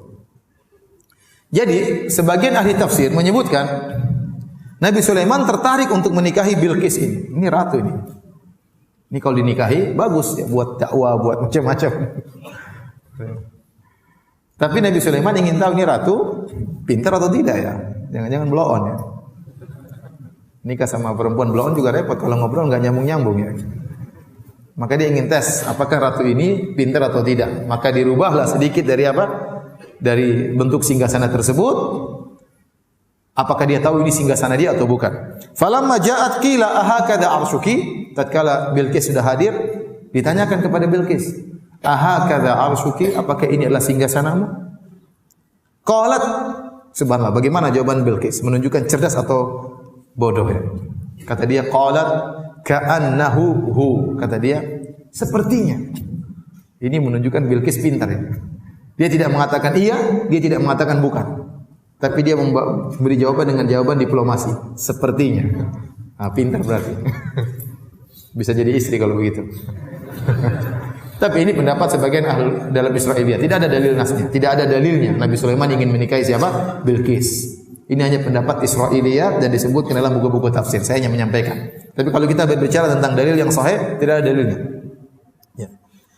Kemudian kata Nabi Sulaiman, wa utinal ilma min qabliha wa kunna muslimin. Kita sudah dapat ilmu sebelum Bilqis dan kami sudah Islam sebelumnya. Wa saddaha makana ta'budu min dunillah. Ya. Adapun dia terhalangi apa yang dia sembah selain Allah menghalangi dia dari Allah Subhanahu wa taala. Innaha kanat min qaumin kafirin. Sungguhnya Bilqis itu termasuk dari orang-orang yang kaum yang kafir. Kemudian ternyata Nabi Sulaiman sebelum Bilqis datang, Nabi Sulaiman membuat istana yang sangat megah, terbuat dari kaca. Istana yang sangat megah, tinggi, terbuat dari kaca. Kemudian dibuatlah lantai istana tersebut sangat panjang, semuanya dari kaca. Tidak ada sambungan-sambungannya. Kaca flat yang sangat besar. Dan di bawah kaca tersebut dialirkan air dan ada ikan-ikannya. Sehingga kalau orang lihat seakan-akan tidak ada kaca. Seandainya kaca tersebut sambungan-sambungan ketahuan ada sesuatu di atas air tersebut. Tapi dia flat yang benar-benar datar, tidak ada sambungannya. Dan sampai sekarang belum ada istana seperti itu. Di zaman 2000 berapa ini? 18. Zaman now belum ada istana seperti itu yang pernah dibangun oleh Sulaiman. Kenapa Nabi Sulaiman ingin melihatkan kepada Bilqis bahwasanya dia hebat? Agar itu Bilqis secara mental sudah jatuh di hadapan apa? Sulaiman. Kemudian setelah dibangun semuanya, Nabi Sulaiman mengatakan, "Qila laha udkhilis sarah." Wahai Bilqis, silakan masuk ke istana. Dikira lewat tanah. Dikira lewat apa? Lewat semacam kolam kecil. Falamma ra'atu hasibathu lujjatan wa kashafat an sawqaiha. Waktu dia mau lewat, dia kira ada airnya. Maka dia pun mengangkat apa? Betisnya. Dikatakan oleh sebagian ahli tafsir, Nabi Sulaiman waktu ingin menikah sama Ratu Bilqis, ada jin yang tidak suka. Kata dia, Sulaiman, Bilqis tuh betisnya enggak beres. Betisnya seperti betis himar. Bulunya kebanyakan. Ini kalau antum baca buku tafsir, tapi semuanya dikatakan Ibnu Katsir enggak ada dalilnya. Ini cuma Israiliyat. Jadi Nabi Sulaiman kan mau nikah, harus cek dua, pintar sama cantik kan. Pintarnya sudah oke, tadi sudah dites, jawabnya diplomasi, berarti perempuan ini apa? Pintar. Tinggal cantiknya. Cantik sudah oke, betisnya bermasalah, harus dicek. Gimana caranya? Ya harus dibuat jebakan tadi biar betisnya apa? Kelihatan. Nabi Sulaiman tunggu. Tapi ini semua enggak ada dalilnya, ikhwan. Antum jangan sangka Sulaiman seperti itu, Alisa. Tapi disebutin dalam buku tafsir seperti itu. Untuk mengecek betisnya, Nabi Sulaiman bikin apa? Bikin tadi. Begitu lewat, ternyata enggak seperti kata jin kata. Ternyata Bilqis cantik, cuma ada bulu-bulunya harus dibersihkan. Ini semua Israiliyat namun tidak ada dalilnya. Kemudian qala innaha sarhun mumarradun min qawarir. Sulaiman menjelaskan, wahai Bilqis, enggak ada apa-apa di situ, enggak ada air. Ini lantai. Semua istana terbuat dari kaca. Maka Bilqis pun kagum, qala in rabbi inni dzalamtu nafsi, ya Rabbku, sungguhnya aku telah menzalimi diriku, wa aslamtu ma'a Sulaiman lillahi rabbil alamin. Dan aku masuk Islam bersama Sulaiman, aku tunduk kepada siapa? Kepada Allah. Bilqis tidak mengatakan aku tunduk kepada Sulaiman. Tapi aku tunduk kepada siapa? Allah Rabbul Alamin. Apakah Sulaiman menikah dengan Bilqis? Semuanya juga tidak ada dalilnya. Ada khilaf di kalangan para ahli tafsir, apakah Sulaiman menikah dengan Bilqis? Ada yang mengatakan Sulaiman akhirnya menikah dengan Bilqis, ya. Ada yang mengatakan Bilqis menawarkan diri tapi Sulaiman tidak mau, akhirnya Sulaiman menikahkan Bilqis dengan raja yang lain. Ya, dan intinya ada beberapa pendapat, yang jelas tidak ada dalil yang tegas apakah Sulaiman menikah dengan Bilqis, ya. Kita pun tidak pernah hadir acara walimahnya, jadi tidak tahu. Baik. Bagaimana ya kesudahan Nabi Sulaiman?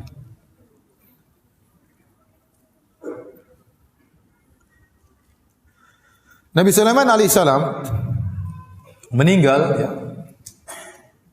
tatkala sedang mengawasi para jin sedang bekerja. Ya. Kata Allah Subhanahu wa taala dalam surat Saba ayat 14, "Falamma qadayna 'alaihi al-mauta ma dallahum 'ala mautihi illa dabbatul ardi ta'kulu min sa'atah." Tatkala kami putuskan Sulaiman akan meninggal dunia, maka tidak ada yang memberitahukan tentang kematian dia kecuali aradah, yaitu kecuali rayap yang memakan tongkatnya.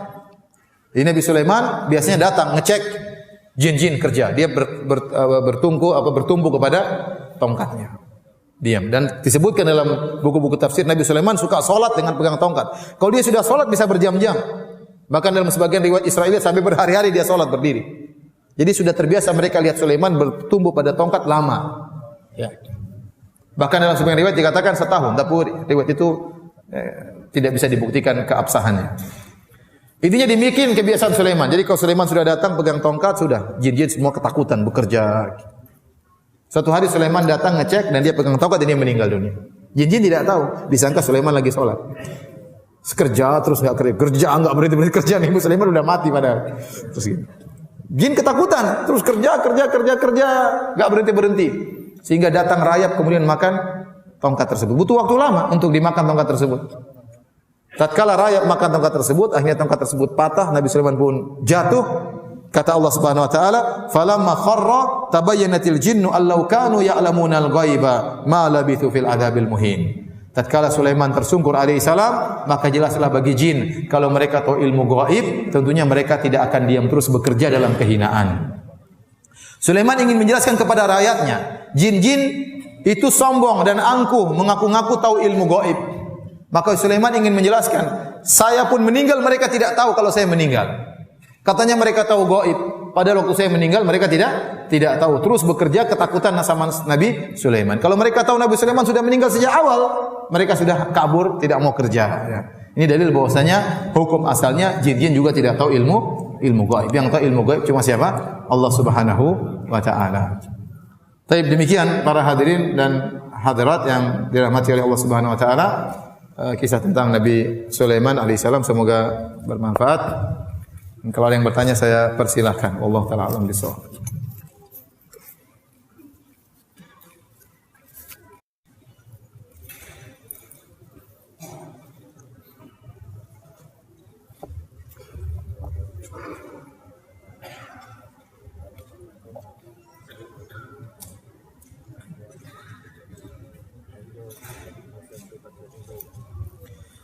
Bolehkah diamalkan doa surat An-Naml ayat 19 yang Ustaz ucapkan tadi untuk saya dan orang tua?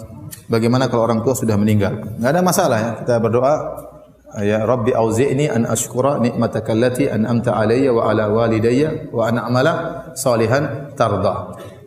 Wa aslih li fi dzurriyyati. Ya, enggak ada masalah. Ini doa yang kita boleh cuplik, kita boleh doa dalam doa-doa kita. Demikian juga doa-doa Nabi yang lain. Seperti doanya Nabi Adam, Rabbana zalamna anfusana wa illam taghfir lana wa tarhamna lanakunanna minal khasirin. Ini doa yang bisa kita ucapkan. Dari Rabbi auzi'ni an ashkura ni'mataka allati an'amta alayya, ya Allah, ilhamkanlah kepadaku untuk agar aku bisa bersyukur atas nikmat yang Kau berikan kepadaku dan kepada kedua orang tuaku, dan agar aku bisa beramal saleh yang Kau ridhai. Seperti doanya Nabi Ibrahim, Rabbi ja'alni muqimas salati wa min dzurriyyati. Ya Allah, jadikanlah aku penegak salat, demikian juga anak-anakku, jadikanlah mereka penegak salat. Demikian juga Rabb wajubni wa junubni wa bani anak budal asnam. Ya Rabbku, jauhkanlah aku dan anak keturunanku dari penyembahan berhala, dari kesyirikan. Tapi kalau doa Nabi Sulaiman yang satunya enggak boleh. Rabbi firli wa habli mulkan la yanbaghi li ahadin min ba'di. Ya Allah, anugerahkan aku kerajaan yang tidak boleh seorang pun itu enggak boleh. Itu khusus Nabi Sulaiman. Antum enggak boleh doa dengan doa tersebut. Tidak bakalan dikabulkan ya.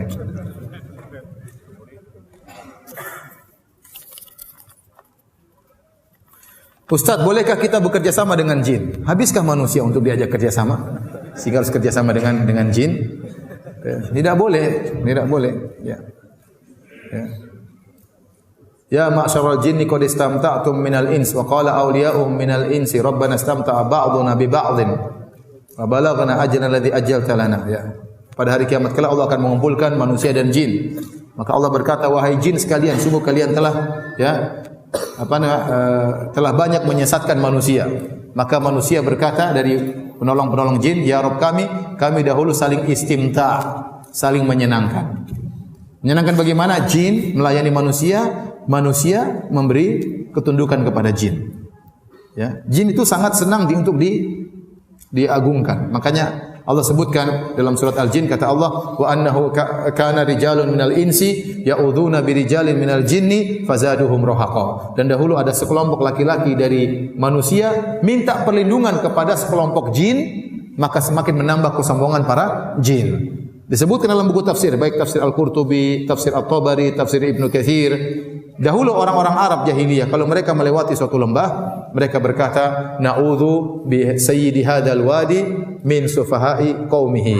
Kami berlindung kepada bos jin di lembah ini dari gangguan anak buahnya. Setelah dia mengucapkan demikian, maka tidak ada yang ganggu dia. Tapi itu adalah kesyirikan. Menjadikan jin semakin sombong, semakin angkuh. Ini adalah kesyirikan. Maka tidak boleh seorang bekerja sama dengan jin, sengaja bekerja sama dengan jin ya. Tidak boleh. Ada yang mengatakan, Ustaz, tapi kalau jinnya muslim, dari mana kamu tahu dia muslim atau tidak? Zahirnya Ustaz. Bagaimana zahirnya enggak kelihatan? Ya, kalau manusia bisa kita cek zahirnya, dia ke masjid, dia ke ini. Jin dari mana ente cek ya? Ya. Apalagi Nabi berkata tentang setan kata Nabi, sadaqaka huwa kadzub. Setan itu benar kali ini tapi biasanya dia berdusta. Dan kita menutup pintu-pintu ini ya. Jangan kita buka pintu-pintu ini. Ya, saya kemarin baru dari suatu daerah, saya ceramah. Di sana banyak bentuk kerjasama dengan jin. Di antara cerita yang lucu ya. Jadi ada kawan ini juga ustadz ya, cerita. Jadi dia punya paman ya, suka mengajarin ilmu, tapi orang kalau mengambil ilmu harus bayar mahar. Ada sepupunya ingin diajari supaya bisa pintar ngomong. Jadi ada wirid-wirid tertentu, ada ritual-ritual tertentu supaya pintar ngomong. Kata pamannya, silakan, tapi maharnya 10 gram emas. Akhirnya sepupunya ini, padahal pamannya sendiri, sepupunya datang, kasih 5 gram emas. Nanti 5 gramnya belakangan. Akhirnya pamannya ngajar dan akhirnya dia pintar ngomong. Setelah pintar ngomong, yang pertama kali dikibulin pamannya sendiri. Sehingga dia pintar ngomong, 5 gramnya nggak dibayarin sampai sekarang katanya. Kemudian pamannya ditipu kedua kali. Paman mau gini, mau kerja. Dia pintar ngomong, akhirnya dia banyak nipu orang gara-gara pintar apa? Ngomong. Seakan-akan menghipnotis. Itu pakai ilmu. Ilmu tersebut dibayar dengan 5 gram emas. Yang pertama dia bohongin gurunya sendiri. Saya dengar ceritanya ketawa. Jadi seperti itu. Itu apa namanya, kerjasama dengan jin. Cerita kedua dia cerita juga. Jadi kakeknya punya pisau. Pisau ini pisau yang luar biasa sakti. Kakak dia juga seorang ustadz pergi ke suatu pondok. Pondok itu ingin diserang oleh sebagian preman-preman dari daerah yang sama. Ingin datang dari daerah yang sama. Akhirnya kakaknya ini jengkel, dia pulang kampung, dia ambil itu apa namanya, pisau kakeknya. Pamannya udah ngaji, kakaknya udah ngaji, dia juga udah ngaji ustadz ya. Dia bawa apa namanya, pisau tersebut. Pas tiba-tiba preman-preman tersebut datang dari kampung yang sama, dia bilang, kalian mau lawan saya? Ini pisau saya ambil dari kampung saya. Ayo, berani enggak? Enggak ada yang berani. Takut sama pisau tersebut. Akhirnya pisaunya lupa dia bawa pulang. Kakeknya di kampung sakit-sakitan, gatal-gatal, bengkak-bengkak. Kata dia, mana itu pisau? Tidak dikasih makan, saya kesakitan sekarang. Suruh bawa pulang, subhanallah. Jadi seperti itu. Jadi jinnya harus dipelihara harusnya. Khodam dipelihara, dikasih mahar, dikasih macam-macam, ada wirid-wirid tertentu. Ini semua wirid-wirid bid'ah yang tidak pernah diajarkan oleh Nabi sallallahu alaihi wasallam. Jadi saya katakan, jangan membuka pintu kerjasama dengan jin. Kalau ternyata kerjasama dengan jin boleh, maka yang lebih utama Nabi dan para sahabat bekerjasama dengan jin. Mereka sangat perlu dengan jin dalam perang Badar, dalam perang Khandaq, dalam perang Uhud, dalam perang-perang yang lainnya. Namun mereka tidak pernah bekerjasama dengan jin. Wallahu ta'ala alam bisawab.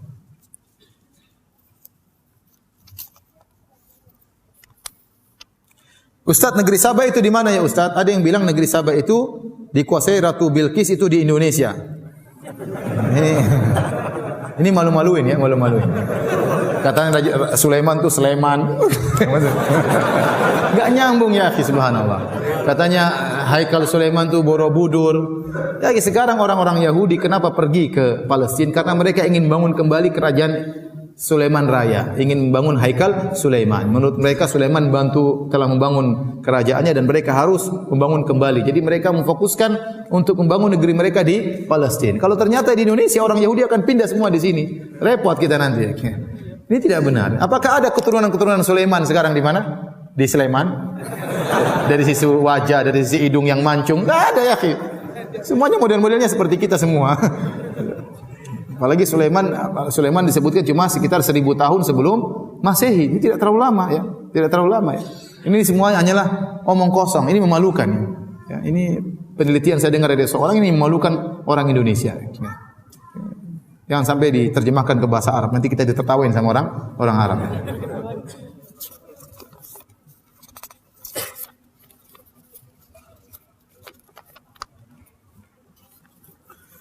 Ini ada bertanya, apakah iblis termasuk jin dan syaitan? Jadi iblis, ada istilah iblis, ada jin, ada syaitan.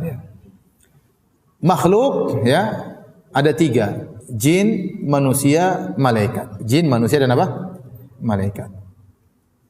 Manusia ada 2, ada manusia baik, ada manusia yang buruk. Manusia buruk disebut juga syaitan.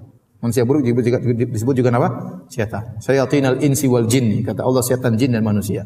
Jin pun demikian, ada jin baik dan jin buruk. Jin buruk namanya apa? Syaitan. Jadi syaitan itu untuk yang buruk, baik dari kalangan manusia maupun kalangan jin. Adapun iblis salah satu dari jin. Yang iblis inilah satu-satunya jin yang ditunda kematiannya. Dia yang masih hidup sampai sekarang. Umurnya entah sudah berapa puluh ribu tahun ya. Tapi kalau jin-jin yang lain mereka mati sebagaimana manusia. Itulah iblis, itulah jin, itulah apa? Manusia.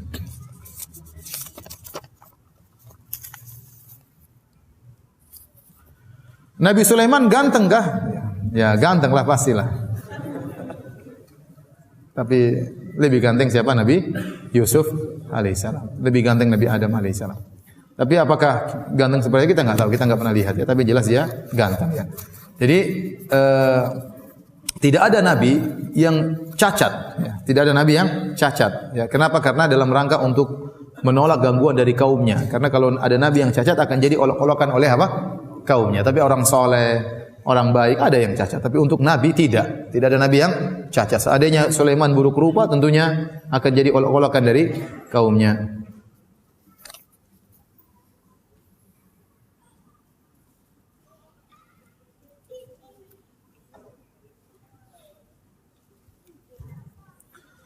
Ustaz, bagaimana kalau kita punya anak yang indigo? Apakah harus dibuang? Bagaimana caranya? Biasanya anak-anak seperti ini diganggu jin, ya, diruqyah.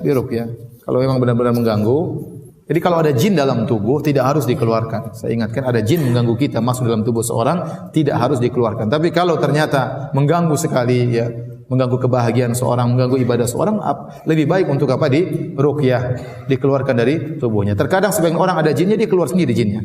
Terkadang jinnya keluar sendiri. Terkadang ada yang tidak keluar perlu untuk diruqyah, ya. Tapi ada orang yang ada jinnya namun dia bisa hidup normal, ada, saya tahu juga, ya. Tetapi maksud saya tidak harus. Tapi kalau benar-benar terganggu, ya, karena jin kalau sudah masuk dalam tubuh manusia terkadang dia memberi bisikan-bisikan. Dulu ada kawan yang dia kemasukan jin Nasrani. Selalu datang ke fasilitas, Ustaz, saya punya syubhat. Syubhatnya dari jin itu. Ya, syubhat tentang Islam, syubhat tentang hebatnya Nasrani, dan selalu jadi jin itu bisik-bisikin apa? Syubhat. Dia bilang ini harus diruqyah. Ini karena jin syubhat. Jin apa? Jin syubhat.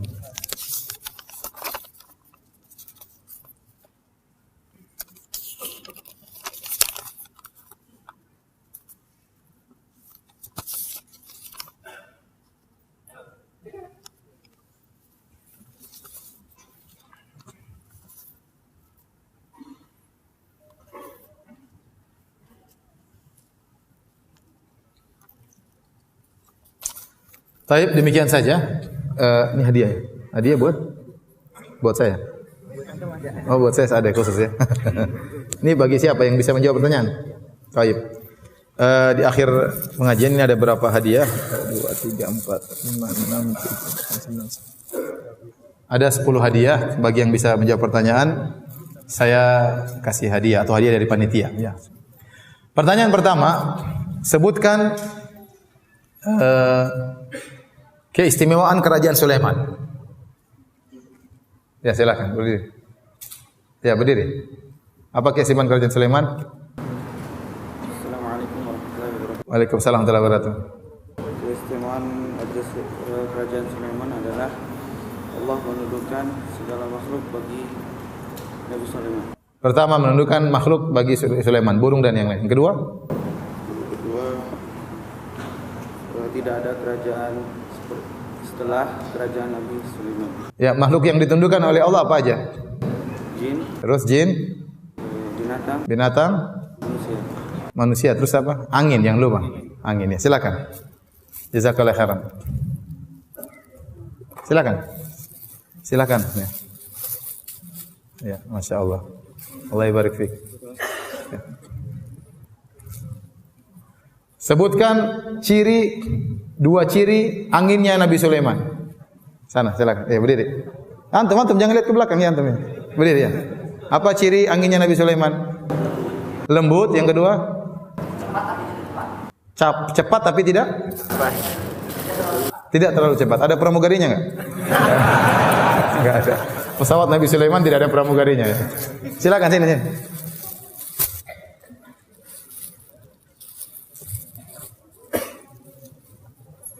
Pertanyaan berikutnya, siapa yang bisa sebutkan atau menjelaskan tentang empat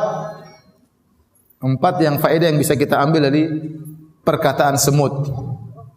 Perkataan semut. Ada yang bisa jawab? Semut ngomong apa faedahnya? Ya, berdiri. Semut ngomong apa?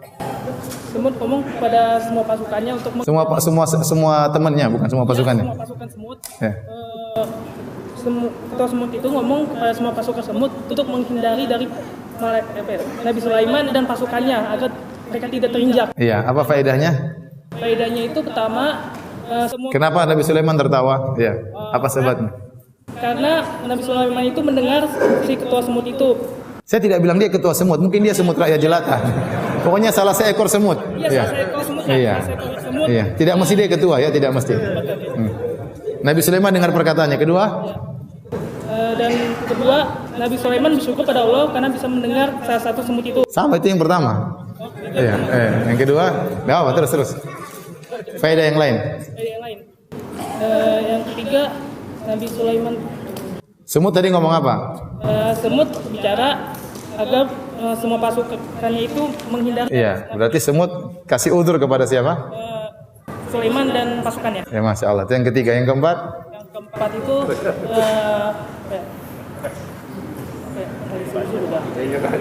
Ada apa sini? Silakan.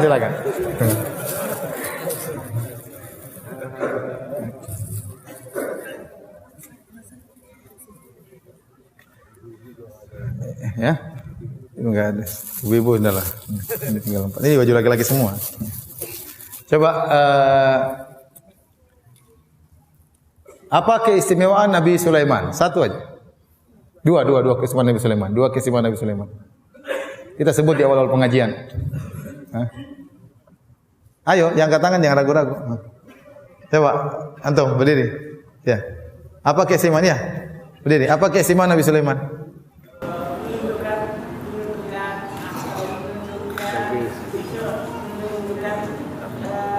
Menundukkan apa?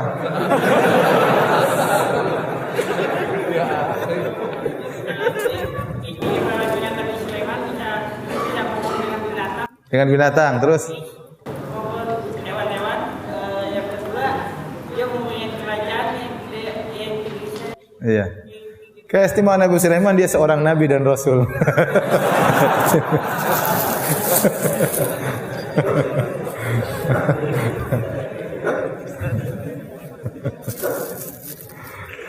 Dia celing dengan celamong ngepost. Iya.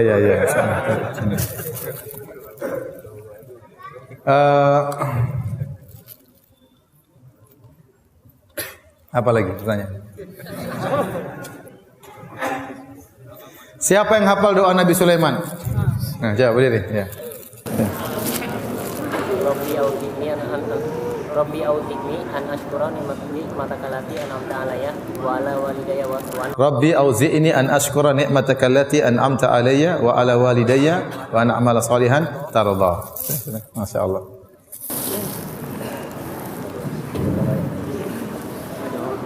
Siapa yang bisa mengulangi kisah tentang Nabi Muhammad SAW diganggu jin? Kisahnya gimana? Hah? Ya, coba. Rasulullah sedang sholat, terus jin ifrit. Lewat mana? Kemudian Rasulullah cekek lehernya. Kemudian Rasulullah ingin mengikatnya sampai lidahnya keluar, Rasulullah rasa dingin lisannya. Terus? Kemudian Rasulullah ingin mengikatnya di masjid sampai pagi hari sehingga semua sampaikan tersebut. Tapi Rasulullah berikan pada doa. Masya Allah, jazakallah khairan. Apa? Mau jawab? Udah, langsung aja dapat hadiah. Baik, demikian kajian kita ikhwan dan akhwat yang dirahmati Allah Subhanahu wa taala. Kita tutup dengan kafaratul majlis. Subhanakallah bihamdik asyhadu an la ilaha illa anta astaghfiruka wa atubu ilaik. Assalamualaikum warahmatullahi wabarakatuh. Alhamdulillah, demikian kajian pada hari ini.